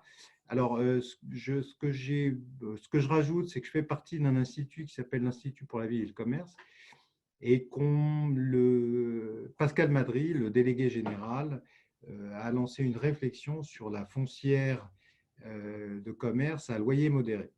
Donc, évidemment, ça ne s'appliquerait pas à Strasbourg ou à Marseille, pour reprendre le propos de tout à l'heure, mais je pense qu'il y a toute une partie de la France qui nécessite d'être revitalisée et qu'on doit repenser la ville de demain avec le commerce. Donc oui, le statut des baux commerciaux, il n'est pas trop mal fait, même si on a du mal parfois à doubler le loyer. Dans les questions qui sont posées, il y a une très pratique. Est-ce que tu peux rappeler l'adresse mail? Moi, je l'ai sous les yeux, mais toi, tu dois la connaître par cœur, des médiateurs de la Chambre. Oui, alors c'est en minuscule contact. Tu me corriges si je dis une bêtise, hein. Contact Absolument. @habitat-médiation.com. Exactement, Voilà. parfait. Alors, une autre question qui n'est pas d'ambiguïté, ce sont des médiateurs opérationnels. On me demande comment faire appel à la médiatrice. Alors non, la médiatrice, le mot peut avoir plusieurs sens, et donc un haut fonctionnaire qui a été nommé par le gouvernement pour réfléchir aux conditions du dialogue et de la résolution des conflits. C'est-à-dire qu'elle-même ne va pas intervenir dans les relations, tu le confirmes, entre un commerçant et un bailleur. Ce n'est pas médiatrice dans ce sens-là. Je le confirme, le médiateur Marie-Jeanne Probst a travaillé justement sur la charte de bonne pratique. C'était dans ce cadre qu'on l'a appelé médiation, et l'appellation médiateur pour des puristes de la médiation serait impropre. Voilà, très bien. Merci beaucoup. Peut-être une question à Anne Lefort. Il y a plusieurs questions juridiques. Elle y a peut-être elle-même répondu en sentant que ça s'adressait à elle. Je dis c'est une faculté que vous avez tous les quatre. Une question de fiscalité. Alors, c'est pas une question civile, c'est une question fiscale. En cas d'abandon de loyer, est-ce qu'il y a, Anne, un avantage pour le propriétaire qui fait cet abandon de loyer au profit du locataire? Si Denis Houssadon remet 2 mois de loyer à Yves Ben-Simon, par exemple, qu'est-ce qu'il en tire comme bénéfice fiscal? Alors, il y a effectivement un dispositif. Alors, je voudrais répondre aussi à Denis Houssadon par rapport à oui, bien sûr, bien sûr. Je vais revenir. Il y a effectivement un dispositif incitatif qui a été mis en place par le gouvernement pour permettre aux bailleurs de déduire les loyers qu'ils auraient abandonnés dans le cadre d'un accord. Alors, il faut être incitatif. Je n'ai plus en tête les mesures précises fiscales avec les incidences financières, mais il faut être précis aussi en termes d'abandon. Donc, il faut quand même le formaliser de façon assez précise pour que l'administration ne vienne pas par la suite que c'était un étalement et finalement pas un abandon, surtout quand on a des étalements sur 12 mois qui dépassent 2020. Voilà, ça, c'est la première chose. Donc, oui, effectivement. Se méfier peut-être d'ailleurs, parenthèse Anne, quand il n'y a pas d'intermédiaire, puisqu'on a parlé des 2 cas de figure, les 2 ont leurs avantages et leurs inconvénients peut-être, mais souvent dans des relations directes, on oublie de formaliser. Donc, il ne faut pas l'oublier. L'administrateur des biens ne va pas l'oublier, mais il faut formaliser l'accord. On oublie de formaliser, ou parfois on aimerait qu'ils aient oublié de formaliser, parce qu'on voit des choses qui ne sont pas toujours satisfaisantes ni sécurisantes pour l'une des parties. Il faut quand même sécuriser. Par exemple, sur l'abandon de loyer, on a des solutions concrètes qu'on a mises en place avec prévoir cet abandon. Est-ce qu'il est offert tout de suite ou est-ce qu'il est offert par mensualité ou sur plusieurs échéances? Que se passe-t-il s'il ne paye pas? Enfin, une sorte de clause de retour à meilleure fortune, par exemple. Tout peut être envisagé et tout doit être envisagé. Et puis aussi peut-être de s'en prévaloir, même s'il y a un incident de paiement dans 1 an ou dans 2 ans, ça peut être bon aussi de récupérer l'abandon de loyer qui a été fait en 2020 en période de Covid. Bien sûr. D'accord, très bien. Je voudrais dire juste un mot, Henri, si tu me le permets, sur… Bien sûr, bien sûr. Et ensuite, Benjamin, je sais, veut prendre la parole. À Denis Houssadon. Alors, bon, effectivement, en un mot sur la vacance, je suis d'accord et nous, avocats, nous battons souvent pour les bailleurs aux côtés des administrateurs de biens lorsque nous souhaitons récupérer un local. Donc ça, c'est évident. Mais comme le disait Jean Passol tout à l'heure, tous les bailleurs ne sont pas propriétaires de lieux situés en prime. Et aujourd'hui, on voit quand même une petite vacance, y compris sur Paris, qui n'existait pas il y a une dizaine d'années. Donc, il faut quand même être vigilant, qui était beaucoup plus restreint et qui se voit quand même. Donc, attention à cet effet vacances. Il ne faudrait pas qu'il prenne de l'ampleur avec justement cette crise sanitaire. Bien entendu, la question ne se pose pas pour les endroits, les emplacements prime, mais pour tous les autres, attention quand même. On a des locaux, même avenue Victor Hugo, qui sont vides depuis des années. Alors, c'est une très bonne observation. On oublie de distinguer, je distinguais beaucoup, c'était assez naturel entre les gros propriétaires, on va dire, et les autres, les institutionnels et les privés. Mais c'est vrai que la localisation territoriale et on va dire les chances de louer que va avoir le local, c'est aussi discriminant. Denis Houssadon, parce que c'est l'un des meilleurs spécialistes d'évidence, il a des emplacements qui ne souffrent pas de ce problème-là. Ce n'est pas le cas de tous les bailleurs. Important de le rappeler, Anne. Absolument, absolument. Et c'est très important de le rappeler et ça justifie aussi la mise en place d'accords parce qu'il est bien évident que si on avait tous des emplacements prime, personne ne négocierait. On ne serait pas là aujourd'hui autour de cette table en train de discuter des accords à rechercher et à mettre en place. Les bailleurs diraient non. Aujourd'hui, le dispositif légal ne permet qu'un étalement et encore pour certaines entreprises et pas toutes. Donc aujourd'hui, si les bailleurs prennent le soin de se mettre autour de la table et de discuter avec leurs locataires, c'est qu'il y a une incidence et pour eux également. Ça, c'est le premier point. Sur la force majeure, je rejoins parfaitement ce que Denis Houssadon a dit. La force majeure en soi ne justifie absolument pas le non-paiement des loyers, mais c'est un mécanisme, et ça les avocats le savent, mais les confrères qui développent ces arguments au bénéfice d'utilisateurs ont bien compris que la force majeure à elle seule ne suffisait pas et ils utilisent la force majeure combinée à l'exception d'une exécution. Car vous avez raison, M. Houssadon, effectivement, la force majeure, même si c'est le Covid, est extérieure au bailleur et elle ne justifie pas le non-paiement du règlement du loyer que peut réaliser le preneur. En revanche, il y a une certaine forme de manquement à l'obligation de délivrance puisque pendant la période de confinement, les commerçants qui ont fait l'objet d'une fermeture, et cet argument ne vaut pas d'ailleurs pour les autres, mais les entreprises qui ont fait l'objet d'une décision de fermeture par arrêté du 14 mars et du 15 mars 2020 n'ont pas pu donner un local accessible au public puisque par définition, par le fait du prince en réalité, par l'État, il était inaccessible. Alors, cet argument, comme je vous le disais, je suis incapable aujourd'hui et personne n'est capable de vous dire s'il va aboutir ou pas. Effectivement, la question de l'opportunité de mener une procédure judiciaire pour 2 ou 3 mois de loyer se pose également parallèlement. Mais c'est cet argument qui va être développé devant les juridictions. Et avant d'avoir un arrêt de la Cour de cassation, nous aurons des décisions intermédiaires des tribunaux et des cours d'appel. Tous les dossiers n'iront pas non plus en cassation. Donc, avant d'avoir la décision de Cour de cassation, il y aura des décisions intermédiaires qui statueront, alors de façon différente, jusqu'à ce qu'il y ait une uniformisation par la Cour de cassation sur la force majeure et le fait du prince et l'exception d'une exécution. Après, je reviens dessus. Je ne vois pas effectivement pourquoi le bailleur serait contraint de supporter le fait du prince de l'administration. Mais il y a un manquement sur l'obligation de délivrance.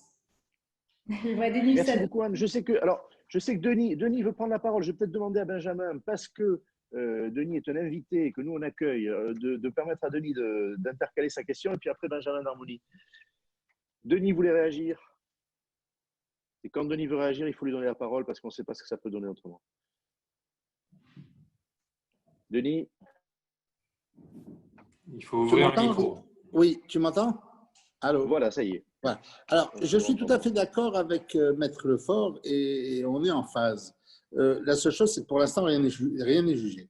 Deuxièmement, j'ai cru voir dans un chat qu'il y aurait eu déjà des jugements sur le cas de force majeure. C'est faux.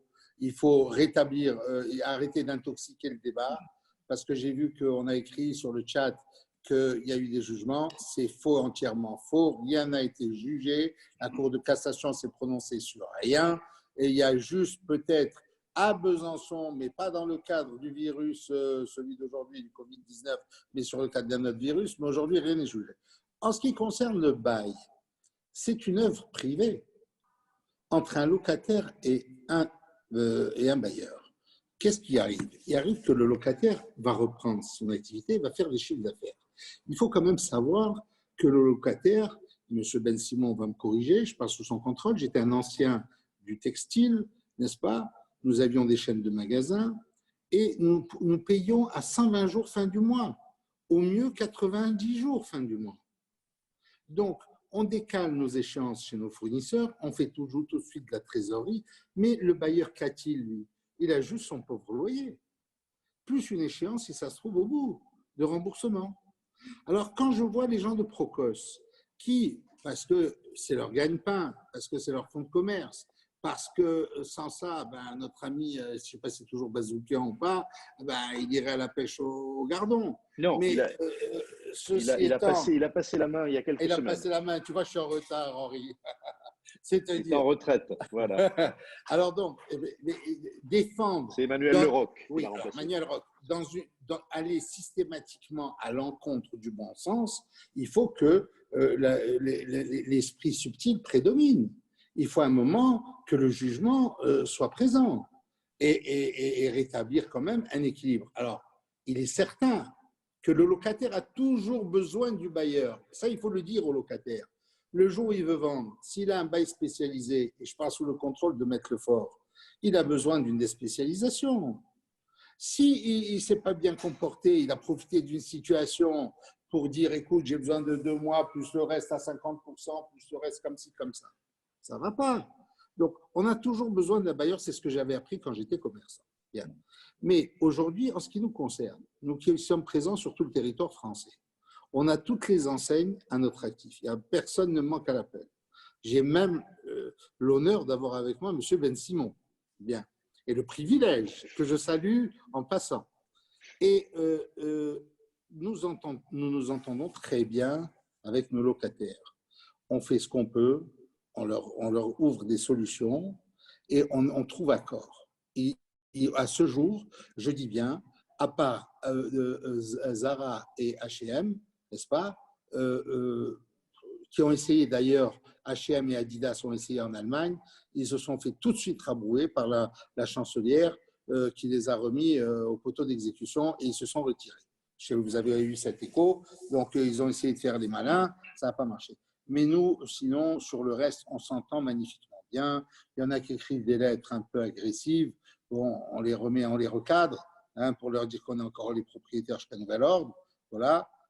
C'est pas qu'on a un droit de vie ou de mort, c'est pas ce que je veux dire, mais que c'est quand même un dialogue, c'est une œuvre privée, c'est un document qui doit où l'État n'a rien à faire dedans, elle donne un petit conseil d'amis, une charte de bon comportement, je suis d'accord. Pour revenir à Maître Lefort sur le problème de la fiscalité, il y a 2 types de fiscalité.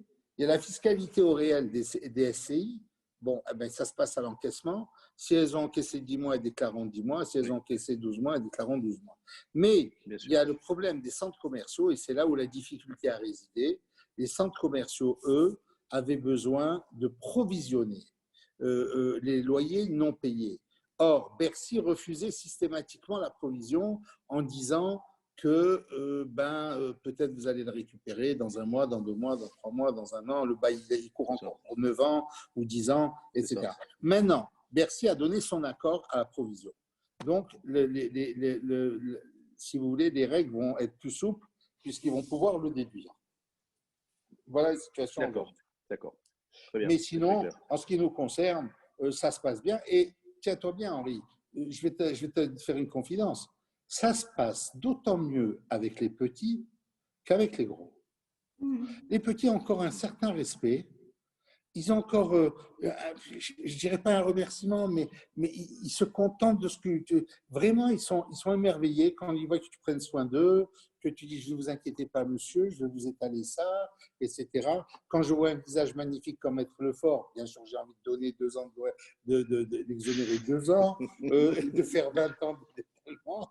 Bon, là, je plaisante. Bon, il est temps qu'elle réalise qu'elle peut avoir un impact aussi sur la négociation. Bon, c'est bien. Voilà. Voilà ce que je vais dire en deux mots. D'accord.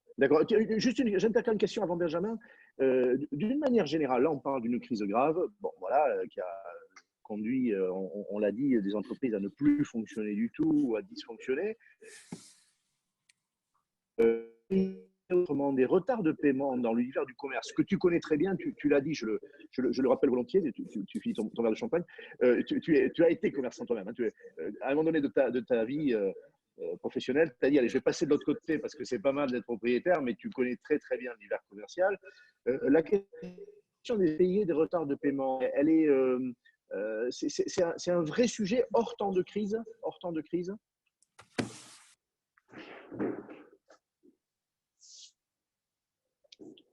Denis, tu m'entends? Oui, très bien. Ah, pardon, tu t'adressais à moi. Excuse-moi, je pensais. Oui, je m'adressais à toi. Je disais. Excuse-moi. Non, c'est à toi. Je disais que en dehors de cette crise très, très grave, est-ce que la question des impayés, des retards de paiement, des demandes d'échelonnement, etc., c'est un sujet dans l'univers du commerce au sens large? Là encore, tu as une vision panoramique. Non, je dois dire que. Et tu as été commerçant. Bon, moi, les impayés, je dois avouer qu'on n'en a pas. Des retards, nous, c'est pas prélèvement. Donc, on a peut-être un retard par-ci, un retard par-là, mais c'est sans. Franchement, on ne peut pas en parler. Chez nous, ce n'est pas grand-chose. C'est rien du tout.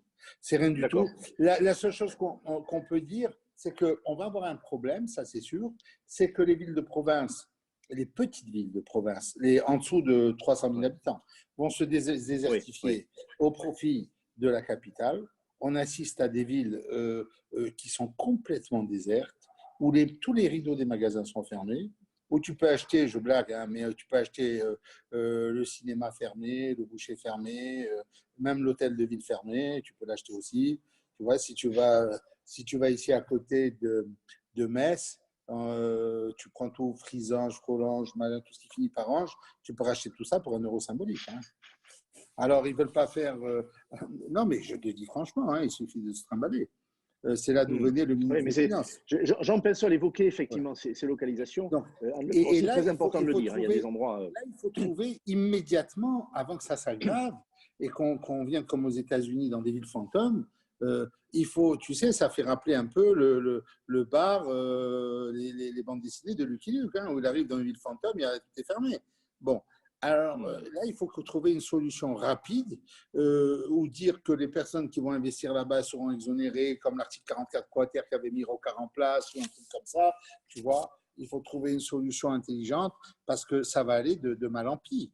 Et bon, le projet Pinel, c'était pas un plus, je dis franchement. Denis, tu disparais derrière ta main là. Je sais pas pardon. Tu mets la main J'ai dit le projet voilà, Pinel.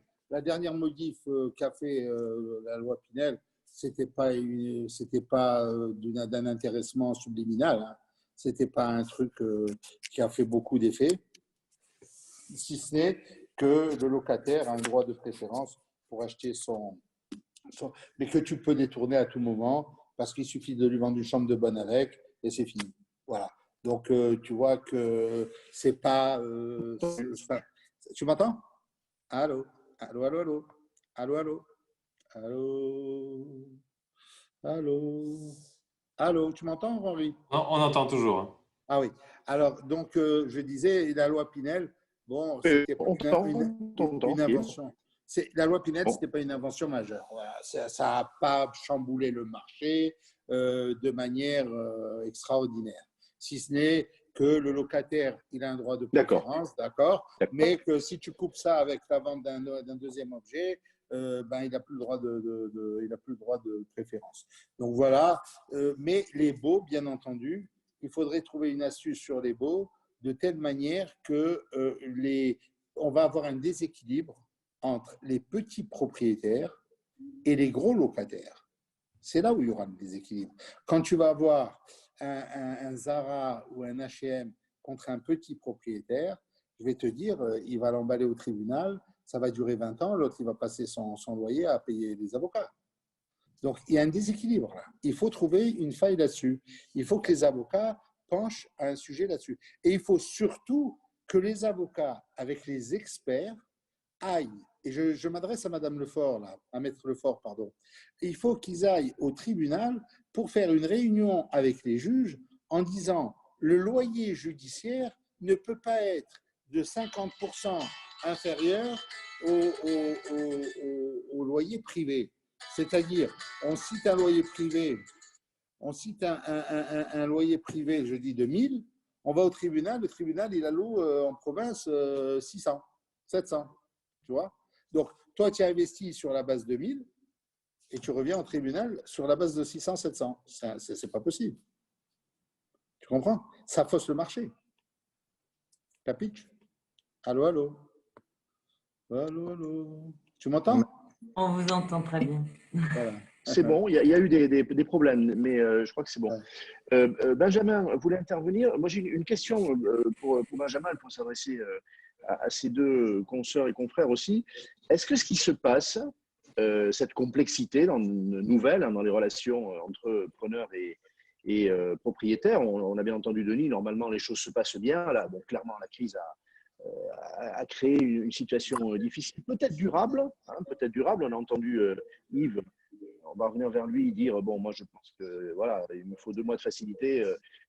Il est optimiste pour la suite. Est-ce qu'on peut l'être dans tous les cas de figure? Est-ce que ça peut dissuader d'investir dans les beaux commerciaux? Je pourrais poser la question à Jean Passol aussi.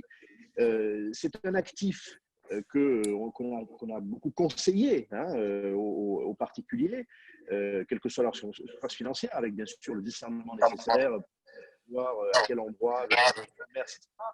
Tout le monde n'a pas l'expertise de Denis, mais est-ce que cet actif peut perdre de l'attractivité parce qu'on va se dire, bon, finalement, je suis très, très dépendant de l'économie générale et je n'ai pas barre sur l'économie générale, je ne peux rien faire. Clairement, Henri, l'acquisition de beaux commerciaux ne se fait qu'à la rentabilité. La seule chose dont on peut s'apercevoir, c'est qu'on sera plus exigeant sur la rentabilité et le taux qu'on demandera. Avant crise, on était sur des acquisitions. Alors évidemment, quand on parle de prime, ce taux baisse, donc on pouvait descendre jusqu'à 3. Mais pour un bien classé 2 bis, pas dans une rue principale, on ne parle pas des rues les plus connues à Paris, on était entre 5 et 5,5. Là, on s'aperçoit aujourd'hui déjà que les taux sont déjà passés entre 6 et 6,5. Donc, très clairement, tous les transactionnaires de beaux commerciaux, de murs commerciaux, te diront qu'il y a déjà une augmentation du taux de rentabilité exigé par les investisseurs. Donc, le sujet ne va pas être de savoir si ça va toujours les intéresser. Le sujet, c'est à quel prix et à quel taux de rentabilité. J'aimerais revenir concernant M. Houssadon et Maître Lefort sur une chose. Vous évoquiez les non-discussions sur le prime, mais pour une bonne et simple raison, c'est la valeur du fonds de commerce. Est-ce que les gens ont très envie de mettre en jeu leur fonds de commerce et la valeur qu'il a? Pour moi, c'est pourquoi négociation il n'y a pas. C'est parce que la valeur du fonds de commerce a un prix tel que ce n'est pas pour 2 mois de loyer qu'on risque de le mettre en péril. Une dernière chose, on dit ça se passe mieux avec les petits que les grands. Mais qui a le plus à perdre? C'est le petit. C'est pour ça que ça se passe mieux avec les petits qu'avec les grands. Parce que les petits sont prêts à faire des efforts que les grands aujourd'hui ne sont pas capables de faire. déjà parce qu'ils ont les moyens d'une procédure longue, ce que le petit n'a pas forcément. Et autre chose, je vois bien le nom de M. Houssadon, mais néanmoins, je vais finir. Je pense que tout ça est dû à la cacophonie du gouvernement. Au début de la crise, on a eu A le lundi, B le mardi, C le mercredi. Très clairement, il aurait mieux fallu, pour les bailleurs comme pour les locataires, réfléchir avant de parler. Et je suis désolé, je suis un peu dur dans ce que je vous dis là, mais aujourd'hui, toutes les difficultés qu'on connaît pour faire de l'intermédiation entre bailleurs et locataires proviennent de manque de transparence des dispositions qui ont été prises. Oui, mais je peux dire un mot pour vous répondre, monsieur? Oui, bien sûr, Denis, bien sûr. Oui, vous dites que parce que la valeur du fonds est importante, donc il faut savoir une chose, qu'une grande enseigne, aussi grande soit-elle, si elle a 4000 magasins, et si elle a, sur les 4000 magasins, elle va dire qu'elle va s'en séparer de 1000 ou 2000, sa valeur de chaîne a fondu comme neige au soleil, premièrement. Deuxièmement, il faut savoir que lorsque on résilie un bail, il y a toutes les conséquences qui suivent derrière. Il faut savoir que vous devez licencier le personnel, vous devez retrouver un autre local, vous devez refaire des travaux, déposer des permis et des autorisations. C'est une histoire à 2-3 ans. Pendant ce temps-là, le chiffre d'affaires n'est pas au rendez-vous. Donc, comme ça, terroriser, je dirais, le propriétaire sous prétexte que je vais partir, ça ne fait pas recette et ça fait mauvais effet, je vous le dis franchement. Surtout pour un anarchique comme moi, ancien hippie, vous voyez, donc, et je vais vous dire, et j'en passe. Bon, donc ça peut pas faire. Vrai. Oui, donc c'est pas possible. C'est pour ça que je dis, il faut quand même que, raison gardée, nous puissions trouver accord en bonne intelligence avec, vous dites le petit, parce que le petit est raisonnable. Quand on lui dit au petit, on va vous étaler, ne vous inquiétez pas, on va vous refaire les choses, qu'est-ce que vous souhaitez voir, et ça, on trouve entente, il n'y a pas de raison. Chez le gros, c'est la loi du plus fort. La lettre qu'on reçoit, je vous promets, si je vous la soumets, mais c'est pur qu'une lettre de menace.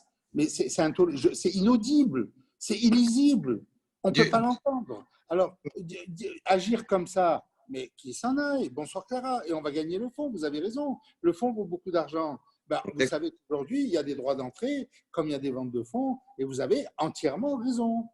C'est pour ça qu'on ne les retient pas, c'est tout ce que je dis. Par contre, trouver un accord, nous avons trouvé des accords avec des grandes enseignes, avec des Primark, avec tout le monde, on a trouvé des bons accords, c'est des gens charmants, il n'y a aucun souci. Voilà. Là, je n'entends plus Denis Houssadon. Je ne sais pas s'il continue à parler. L'image est... il parle toujours, il est toujours là, avec sa gouaille habituelle, il n'y a pas de problème.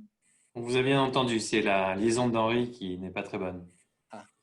Mais moi, je vous ai Monsieur Houssadon, hein, mon locataire qui a cédé la semaine dernière Faubourg Saint-Honoré était à jour de ses loyers. Ah, bah oui, il avait intérêt. Je vous rassure. Non, mais ça, même s'il y a un petit retard dans les loyers, c'est pas bien méchant en soi. On peut attendre, on n'est pas à la pièce. Hein. Donc, on peut patienter, on sait ce que c'est. Nous avons été commerçants, on sait qu'il y a des hauts et des bas. C'est pas le souci. Et M. Ben Simon sait comment marche le commerce. Surtout qu'avant ça, il y a eu les Gilets jaunes, il faut le dire, au détriment des locataires. Il faut savoir qu'il y a eu les Gilets jaunes. Le seul problème, c'est que vous l'avez dit à juste titre, au départ, il y a eu une cacophonie. Et la crise a été provoquée par cette cacophonie. Parce que Bruno Le Maire disait « je demande aux propriétaires d'offrir 2 mois », je ne sais pas si vous l'avez entendu. L'autre disait « je demande ci et ça ». Donc, c'était n'importe quoi qui était fait. Et du coup, le marché a été faussé et on sait plus personne ne sait quoi. Voyez-vous? Donc, tout le monde est dans l'attente de cette médiatrice, de ce qu'elle va faire, en espérant que ça va être le miracle du siècle. Non, ça ne sera pas le miracle, ça sera un étalement pour les petits, sachant que les ordonnances concernent les entreprises de moins de 10 personnes, ayant un chiffre d'affaires de temps et temps et temps. Il y a des contraintes. Hein. Voilà. Mais nous, on veut bien dépasser. on veut bien dépasser la contrainte, il n'y a pas de problème. Bon, pour l'instant, je dois dire qu'on répond en ce qui concerne nos médiations, enfin, nos accords avec le locataire, et Dieu sait qu'il y en a beaucoup, ça se passe très très bien, je dois le dire. On a trouvé accord pratiquement, je peux dire, avec 70%. Voilà. Ok. En l'absence de connexion d'Henri, je vais reprendre la main. Je vous remercie, Denis Houssadon, pour votre franc-parler et votre bon sens. Et je vais redonner la parole à Yves Simon, qui, je crois, voulait réintervenir. Est-ce que vous pouvez ouvrir votre micro de façon à pouvoir répondre à M. Houssadon qui vous interpellait? Et M. Houssadon, vous pouvez fermer votre micro si ça fonctionne. Je ne sais pas comment le faire, on veut bien. Un petit peu. C'est pas grave. C'est pas grave, laissez-le ouvert. Je suis aussi content de faire votre connaissance. Je ne savais pas que vous étiez un de nos bailleurs, mais ceci dit, je ne sais même pas pour quel magasin, mais ce n'est pas grave. Oui, ce que je voulais dire, c'est que, bon, ça sera peut-être un peu une conclusion, mais ce que je voulais dire, je crois qu'il faut avant tout privilégier le dialogue, parce que les médiateurs, c'est bien, tout ça, c'est bien, mais je crois qu'il faut privilégier le dialogue. Et comme je l'ai dit tout à l'heure, quand on a pris le téléphone et quand on avait le moyen d'avoir un contact direct avec notre bailleur, ça s'est toujours bien passé. On a toujours trouvé un accord. Alors, j'entendais à un moment donné la conversation qu'on avait demandé 2 mois. Ça a été notre première demande, effectivement, parce que dans le feu de l'action, on a dit on va demander 2 mois. Mais bon, après, quand on a eu des retours, quand on a dialogué, voilà, on a trouvé, avec tout le monde, on arrive à trouver des accords. Tout n'est pas finalisé, mais je suis convaincu qu'on arrivera toujours à trouver des accords avec tous nos bailleurs. Il ne devrait pas y avoir de problème. On espérait que la médiatrice promeuve, mais on va voir effectivement son rapport. Je crois qu'il faut privilégier le dialogue. Il n'y a rien de mieux que de pouvoir dialoguer en direct si possible, ou avec un intermédiaire si ce n'est pas possible de joindre le bailleur en direct, ou avec un intermédiaire qui va transmettre les messages. Et des solutions sont toujours trouvées. Oui, on peut s'appeler. Vous m'appelez quand vous voulez. Mon téléphone est à votre disposition. Hein, on laisse Henri faire l'intermédiaire entre vous. De façon vous ferez passer votre téléphone par… Henri fera le lien. Voilà. Je vais donner le mot de la fin en son absence à Jean Pinsol avant de conclure. Je crois que vous vouliez réagir aux propos de M. Houssadon et d'Yves Simon qui viennent de réagir. Monsieur Jean Pinsol, vous pouvez ouvrir votre micro normalement en bas à gauche de l'écran. C'est fait. Oui, je voulais dire d'abord du contentieux, il y en a toujours eu avant le Covid, et il y en a pendant le Covid et il y en aura toujours après. Donc voilà, la question, elle n'est pas de savoir de qui c'est la faute, si c'est le gouvernement ou pas. Je pense qu'il y a des mauvais bailleurs comme des mauvais locataires et une majorité de bons honneurs et de bons bailleurs. Comment on va parvenir à résoudre cette crise? Comment on va faire pour lutter contre la vacance qui commence à s'installer dans le pays? Parce qu'aujourd'hui, le taux de vacances 2020, on est quand même passé à 16%. Donc, ça veut dire qu'il y a 16% de locaux commerciaux qui sont vides en France. Et puis voilà, et effectivement, le mot de la fin, c'est Yves Simon qui l'avait. Il faut privilégier le dialogue. C'est l'essentiel. Il y a une bonne démarche. Il y a beaucoup de preneurs qui ont sa démarche. Il y a beaucoup de bailleurs qui ont la démarche de l'écoute. Et c'est c'est ce mot qu'il faut retenir pour la fin parce qu'il est très positif. Effectivement, ouais. Effectivement, je vous remercie. Vous m'avez tous ôté ma conclusion, les mots de la bouche, mais c'est très bien. Je vous confirme qu'Henri a un problème Internet, donc il n'a plus de connexion. Donc, je vous remercie déjà à tous d'avoir participé à cette conférence et apparemment, selon les spectateurs et le chat, voilà, tout le monde a été très satisfait, informé, confirmé et les questions ont eu leur réponse. Donc, je vous remercie beaucoup, Maître Lefort. Présidente, je peux le faire aussi. Voilà. Je peux le faire aussi. Voilà, ça y est. Je n'ai que la voix. Je suis désolé, je n'ai que la voix. Je suis passé par le. Je finis juste et je te laisse la parole. Je vous remercie tous, chaque participant et chaque spectateur. Et puis, je suis heureuse qu'on ait un dialogue de bon sens, qu'on insiste évidemment sur la médiation et le dialogue et que c'est la seule solution avant contentieux. Voilà, on n'a pas beaucoup plus d'informations sur ce futur rapport, mais voilà, on peut déjà voir aujourd'hui qu'on n'aura pas des solutions toutes trouvées. Il faudra qu'on soit inventif. Et Henri, je te laisse le mot à la fin. Bon, merci, pardon de cette interruption, hein, c'était bien involontaire. Bon, c'était peut-être tout simplement parce que moi, quand je suis avec vous, je ne vois pas de limite, mais on a largement dépassé l'heure et demie qu'on s'était imparti et c'était nécessaire. Je souscris à ce que je viens d'entendre de la présidente de l'UNIS du Grand Paris. Je vous remercie tous de la franchise, de l'authenticité de vos propos. Hein, ça a été vif aussi. Bon, on a quand même des informations, même si on le découvrira dans les jours qui viennent, sur le rapport de Jeanne-Marie Prost, grâce à ceux qui ont pris part. C'est Denis Houssadon, c'est Jean Pinsol aussi. On sait quand même qu'il n'y aura rien de coercitif et que ceux qui ont su faire jusqu'à présent, vous en êtes tous des bons exemples, hein, semble-t-il, ne vont peut-être pas découvrir grand-chose. Et on retient aussi le conseil donné par Anne Lefort. La judiciarisation est évidemment la moins bonne des solutions. Il y a beaucoup d'autres à tenter avant, y compris la médiation. Jean Pinsol y est très attaché. Donc moi, je vous remercie beaucoup. On se retrouve désormais, vous savez, dans un mois. C'est la fréquence du cercle des managers de l'immobilier. Sauf si une actualité exceptionnelle, on se réserve toujours la possibilité d'intercaler une réunion. Autrement, c'est dans un mois, mardi le 7 premier juillet. mardi du mois de juillet, exactement. Mardi 7. Et on parlera sûrement de nouveau de résidentiel, mais vous aurez le temps de recevoir toutes les informations. Donc, merci à Yves Ben-Simon, merci à Denis Houssadon, merci à Anne Lefort et à Jean Pinsol, et puis à mes camarades puissance invitante aussi, Émilie, Benjamin d'Harmonie et François-Emmanuel Borel. Merci à vous. Merci de nous avoir invités. Bonne soirée. C'est un plaisir et je précise que nous étions près d'1 millier de participants. Donc, vos voix auront porté. Voilà. Merci, bonsoir. Bonne soirée. Bonsoir.